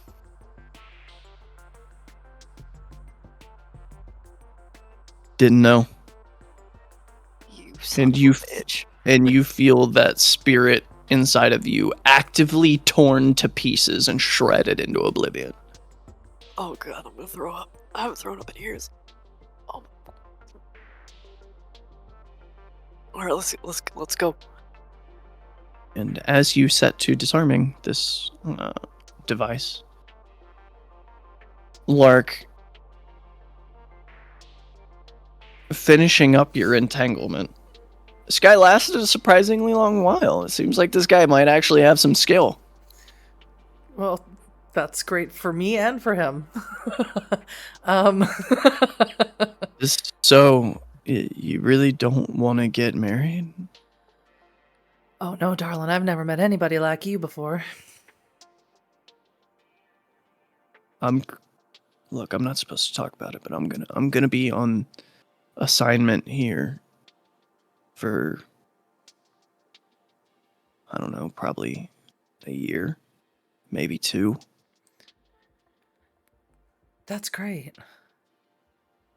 I think we should talk some more about that. How, bonded is he to me? I gave him 3 rouse checks worth of blood. He's completely infatuated with you at this point. Okay. What's your name, darling?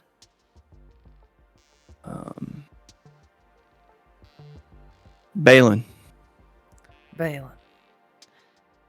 Would you come with me, Balin? I really need you. And not just what's dangling between your legs. Yeah, where are we going? I need you to help me to get something out of a train car. Sure. You take that big gun of yours, alright? How about both of them? And he kisses you on the cheek. Yeah, she'll take his hand. Really play it up. So, wait. He checks his watch. Guard swap in 15. We might be able to just slip in, slip out. That's my specialty. And yours too, I'm guessing. Let's make it quick then. And you spend that 15 minutes. He's watching. He'll actually take his earpiece off and hand it to you so you can hear the comms going. It's military jargon. I don't think it's anything that Lark would really be familiar with. No, she'll hand it back to him and she'll say, "You just tell me if anyone's coming our way, all right?" Yeah.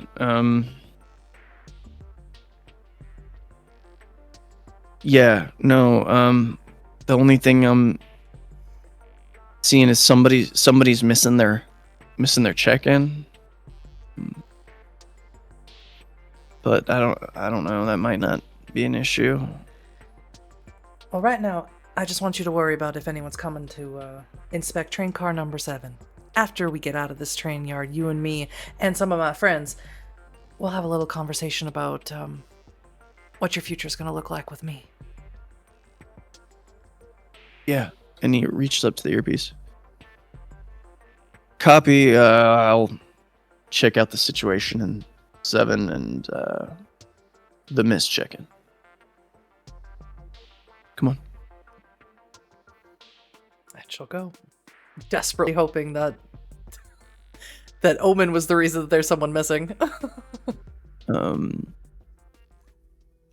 you've been working on this for about 25 minutes. You think you're getting pretty close to having it with the extra time and being able to work kind of in a clear mode of thought. It's going along pretty well. And the woman kind of looks over. You're working on a section on the back of the vest now. So,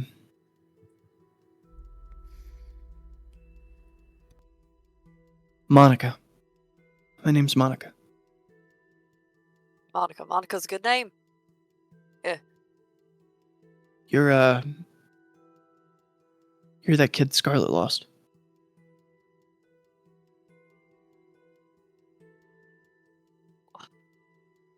Is that what she's telling everybody? Huh. All right. No, that's what Janky says. Oh, well, Janky needs to learn to keep his goddamn mouth shut, is what Janky needs to do. Yeah. How'd you get caught up in all this anyway? Was it your sister? Or... No,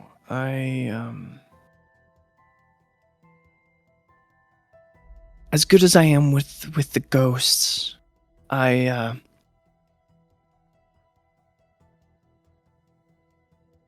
an information specialist.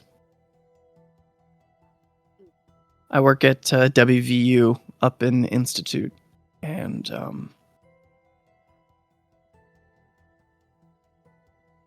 I caught some encrypted data.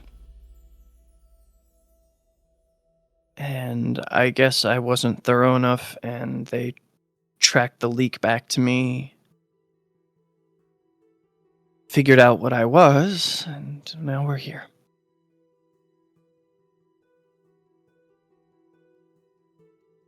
So you were a data leak, or you found a data leak. Those are two separate things. And hey, look, we're another section down. Look, you're doing so good with the breathing. That's still so weird you all do that. I don't have to. I do it to make my sister more comfortable.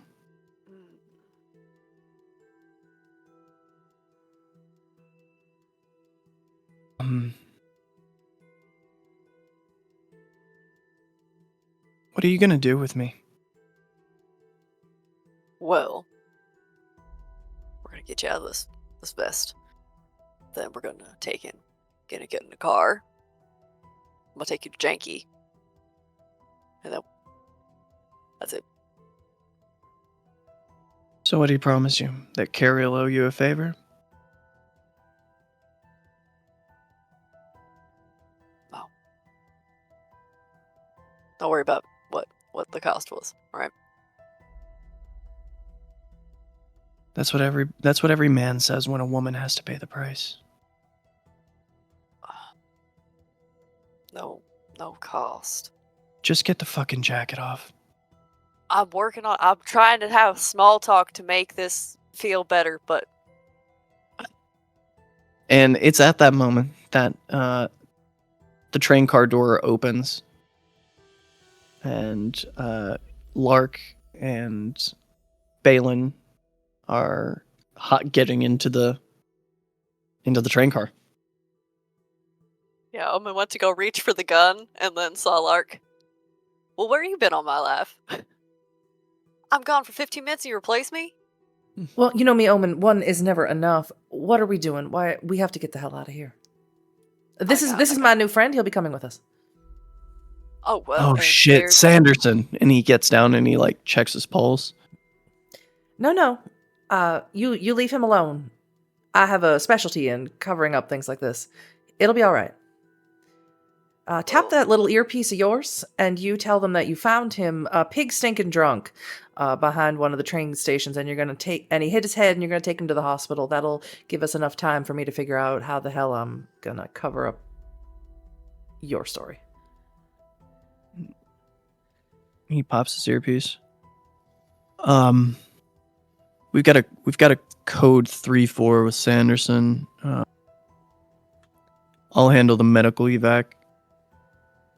Copy. All right. I have a specialty in cover-ups. Sure. Is there any way and you know what? I'm gonna be real honest with you. I may be wet, but I am a true crime girly. I really don't know how I would go about doing this. Well, the first thing would definitely be the blood. Luckily for you, Omen spilled very little. Omen got to drink the majority of it. So the first thing is going to be, getting out some like bleached towelettes and starting to clean up the blood, and then, making sure that any signs of the tussle, which are minimal. The biggest sign that you're going to have to cover up is these broken chains on the wall. You might just have to full sail take the chain with you. It's going to be loud. It's going to weigh you down. But honestly, the only way to cover this up is for this not to be here. Sure, look at Bale and say, well, you got one big gun I've already seen. Let's see how big your guns are if you can carry this chain for me. Yeah, sure. And he you just need to kind make of or cover up roll. Sure, yeah. It's a specialty in my subterfuge. Yep. Let's say. Okay, let me look here. I think it'd be like probably composure, because you're like having to look at the whole scene. Yeah. Make sure everything's covered up. Yeah, I just kind of have a second Inquisition agent as a ghoul now. I just kind of have one. Yeah, So. just as a treat. I'll say composure or resolve with this. Your choice. Same. I will rouse the blood. I'm still only at 1 hunger. Now I'm at 2 hunger. Mm-hmm. And I can add my specialty. Sure. So 9 dice. I only have 6 successes. You feel like you've done a good cleanup job. It's gonna be hard for anyone to track any actionable information out of this.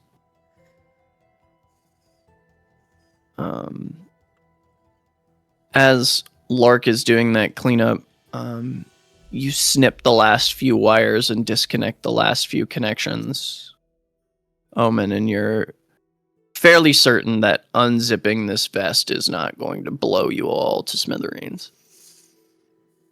And look at that. There we go. She kind of shrugs the vest off. She nods. Great. We ready to roll?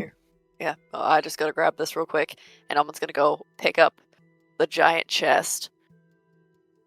Or is it not as like a steamer trunk sized? It's pretty big. It's got a handle on each side. It's probably about 5.5 feet in length and 2.5 feet in width.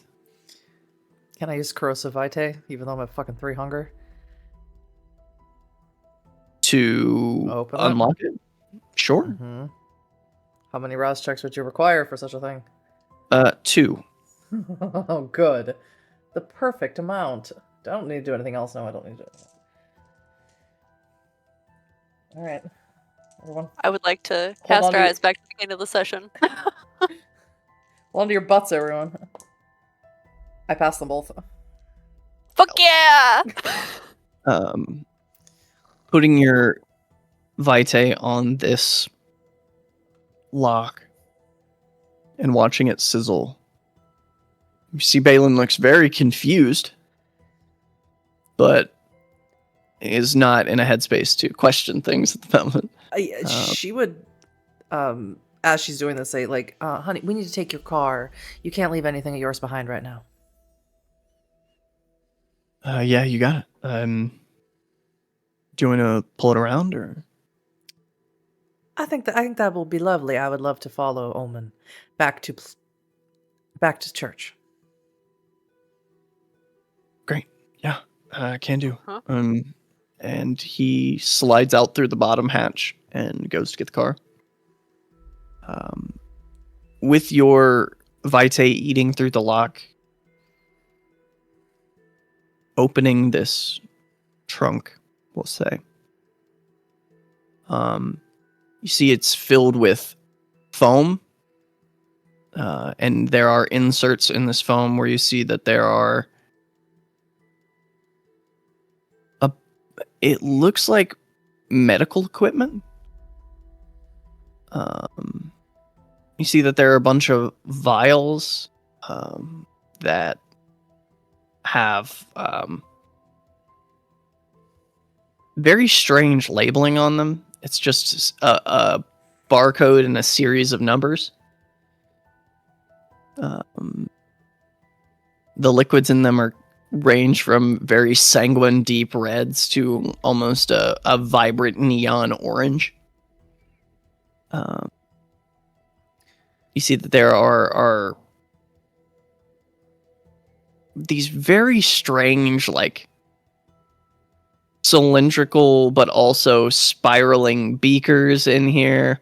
This seems like very highly specialized lab equipment.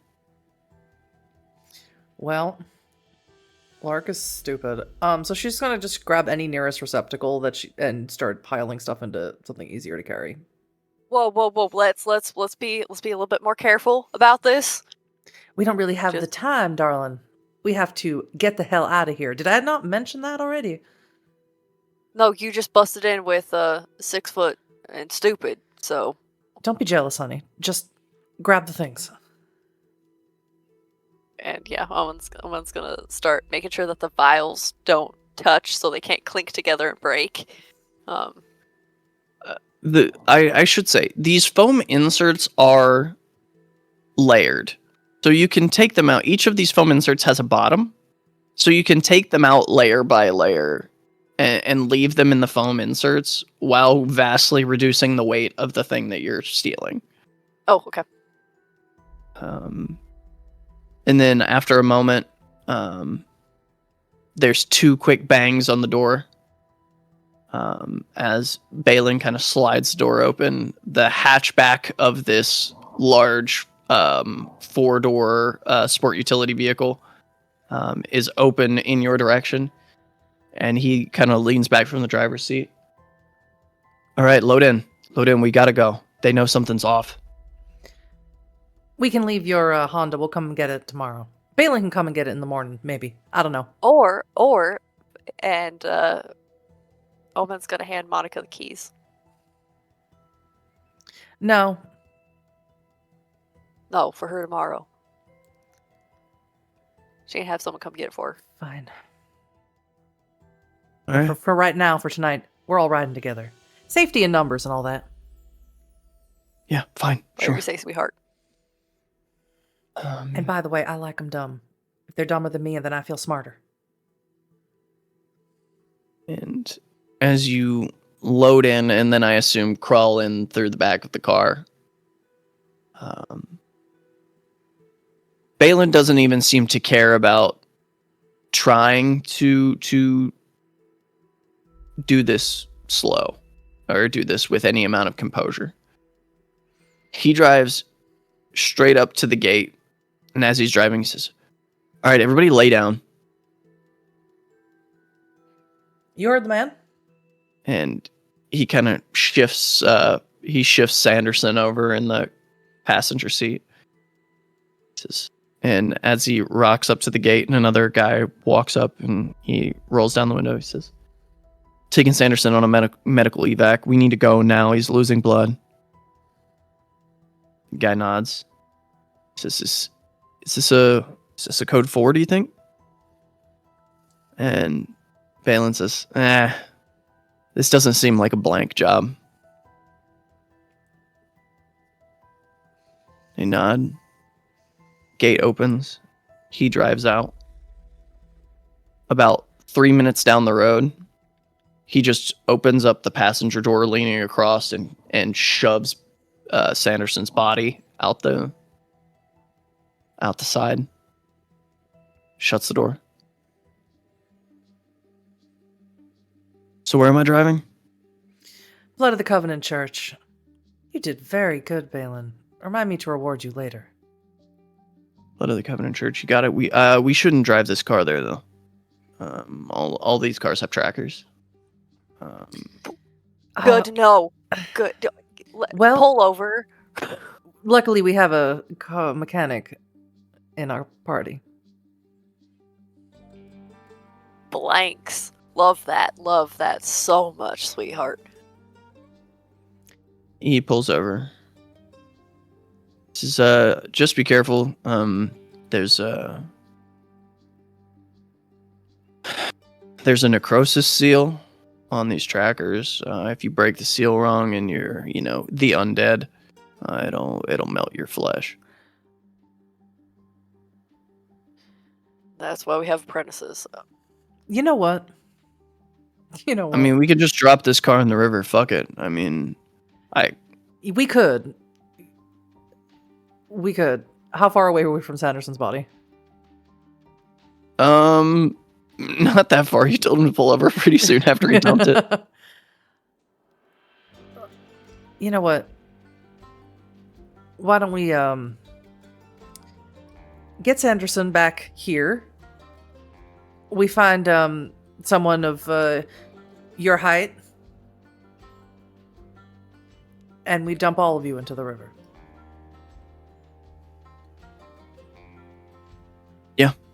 Sounds good. You want me to handle that? Be kidding me. Like, Omen's already crawling out of the car to go grab Sanderson's body. You want me to handle that? You know yourself best, darling. I mean, I can handle this on my own if you want to meet up later. I absolutely do. Great. And he hands you his phone. And he says, look, I'm gonna need to get a new one of these, but just so I can have your number until I get one. She'll sort of do the tapping thing so the number transfers. All right. Yeah. I'll find somebody else, get them in, and I'll text you later from a burner and figure out where you're at. Before she lets him go, she'll stop and she'll kiss him, and she'll say, I know this is all really confusing, but I promise I'm gonna make it all worth it. Never had a doubt. Off you go then. Can do. And he hops back in as all of you unload the glassware and the medical equipment and drives off, presumably to dump Sanderson's body and a fresh body that he'll of his own making in the river. Well, let's hope he doesn't drive himself in there too. He's not that dumb. I told you, don't be jealous. It is not becoming. Omen. You do know that you're about a maybe 15-minute walk from Blood of the Covenant.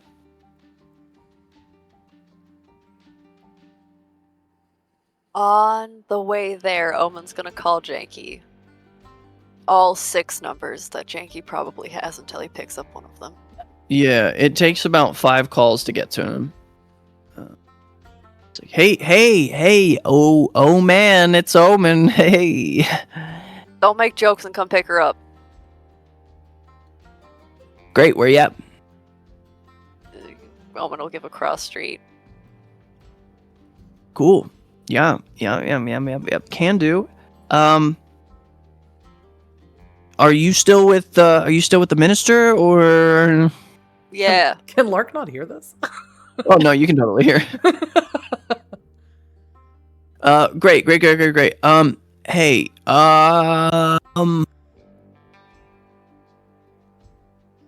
So are you on your way or not? yeah. I'll see you in a minute. Okay. Alright. And he hangs up the phone. And as you get to that, oh, go ahead. I'll just be like, why the hell are you calling Janky? We had a deal. Yeah, whatever was in there, specifically things. She's nothing. It's about what some people say.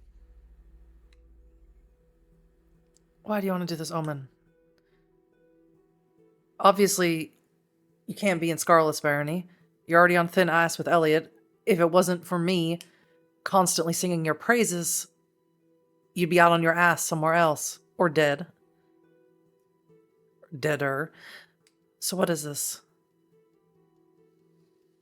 I told Janky I'd get her to him, so. And Why? then you showed up. But why? What does Janky have over you? Nothing. You just doing it because it's to spite Elliot, because you don't like him. Sometimes we do things because you feel like it's the right thing to do. Alright, well, this isn't an after-school special. This is a job. Given to you by your Baron. Do not make me go to him and tell him what you did. We got him what he wanted. Because I'm pretty sure he doesn't want her. I'm sorry I've been talking about you like you're not here, ma'am. I have no issue talking about you like you're not here. I hang out with dead people. Well, then nothing's Me- changed for you. Yeah. Ha. Look.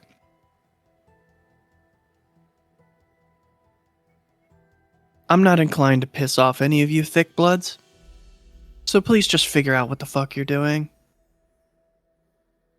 I called Janky. If he comes and picks you up, he picks you up. Elliot's pissed off about it. If he's pissed off about it, you could always just blame Scarlet. He blames everything else on Scarlet. At least that's what we hear over in Scarlet's domain.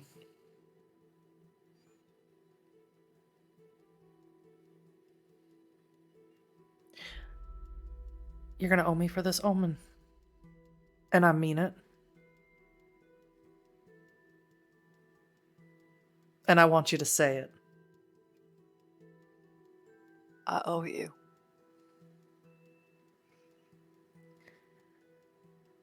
Whoever this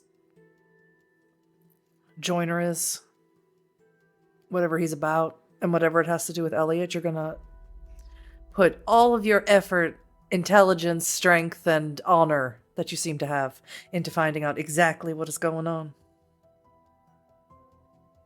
See, I thought that was already the plan. But Yeah, I will well, double my efforts. But now, Omen, I can't trust you like I did. Gonna have to earn that back. Alright. How about I pay a part of that debt, since this is, about me? That shit that you picked up, that you stole. That's very specialized alchemy equipment.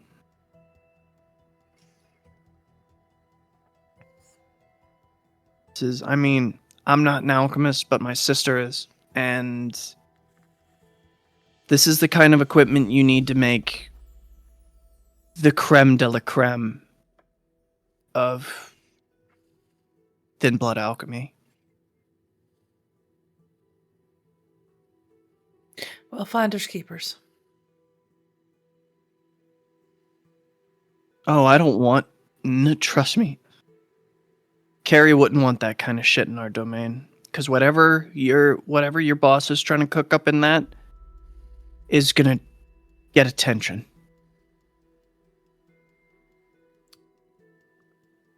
Thank you so much for the information.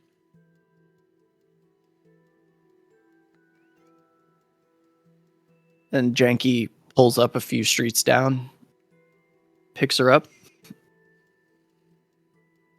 Yeah, great going. Do y'all need anything else, or y'all need a ride? No, I'll get out of here. We gotta go see the Baron. All right. Well, I'll drop by in a few days, to drop you the cash I promised you, Omen.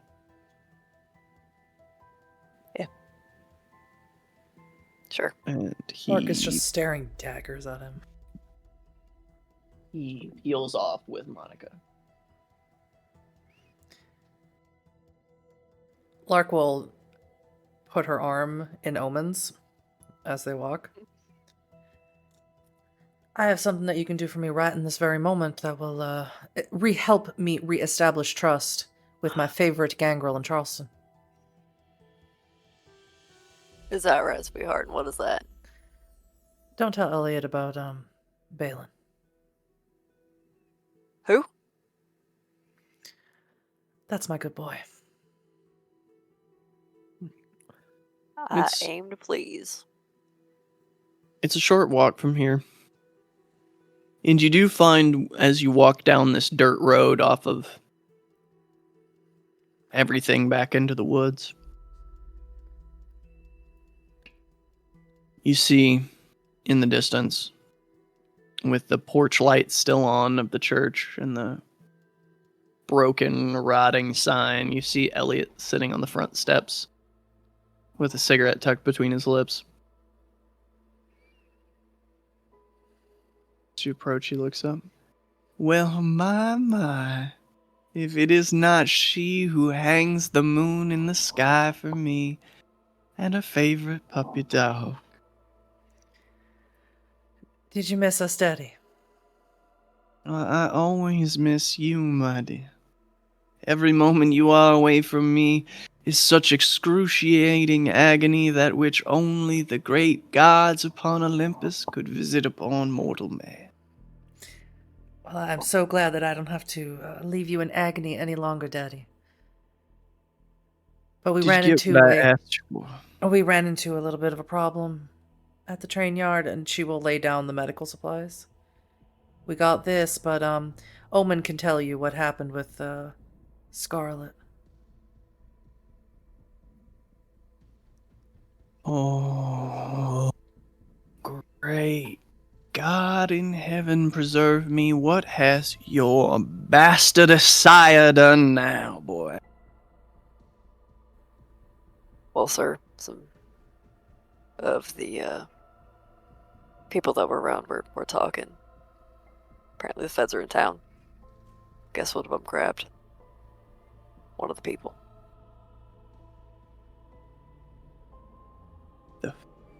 It's wonderful. Another grand locking of the federal government in my motherfucking business. I assume it was handled quietly. You know me, Daddy. I'm not one for quiet, but I am one for cover-ups. It was an in-and-out operation. As it so often is with my dear daughter. Omen was crucial in getting those medical supplies. Can't count him out. Very well. I will remember this, Omen. Thank you for your assistance this evening. And it is Always incumbent help. upon me to remind you that my domain is without a constable.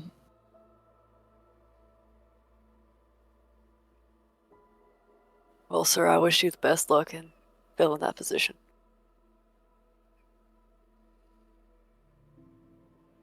You are dismissed, boy. Sir. Miss Stone.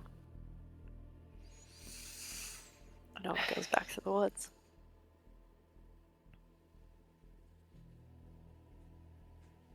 Elliot looks back up to you, Lark. You're sure none of this can blow back on us? I would never let anything touch you, Daddy.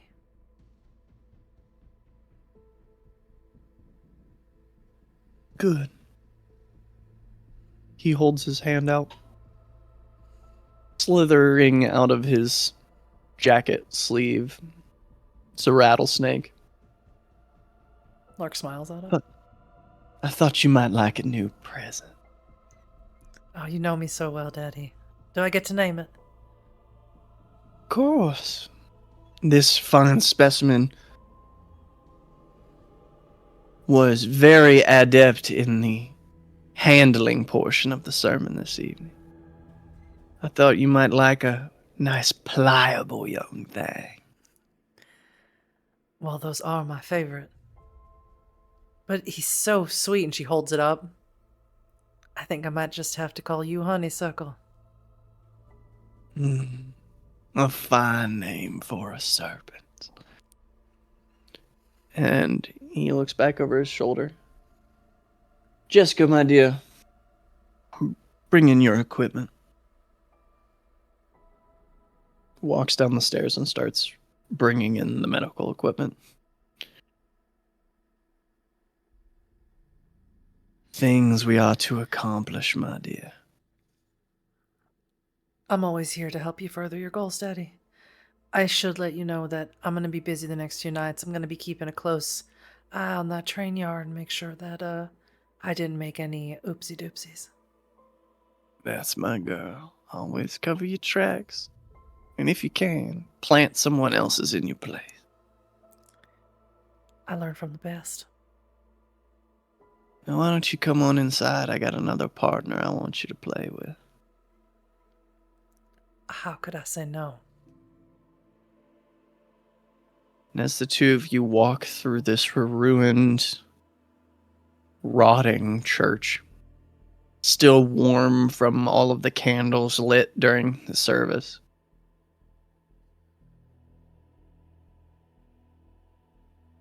helicopter flies overhead. And that is where we will end this first session of Blood of the Covenant, titled Snake Handlers. Thank you all so much for being here, and we'll see you on the next one.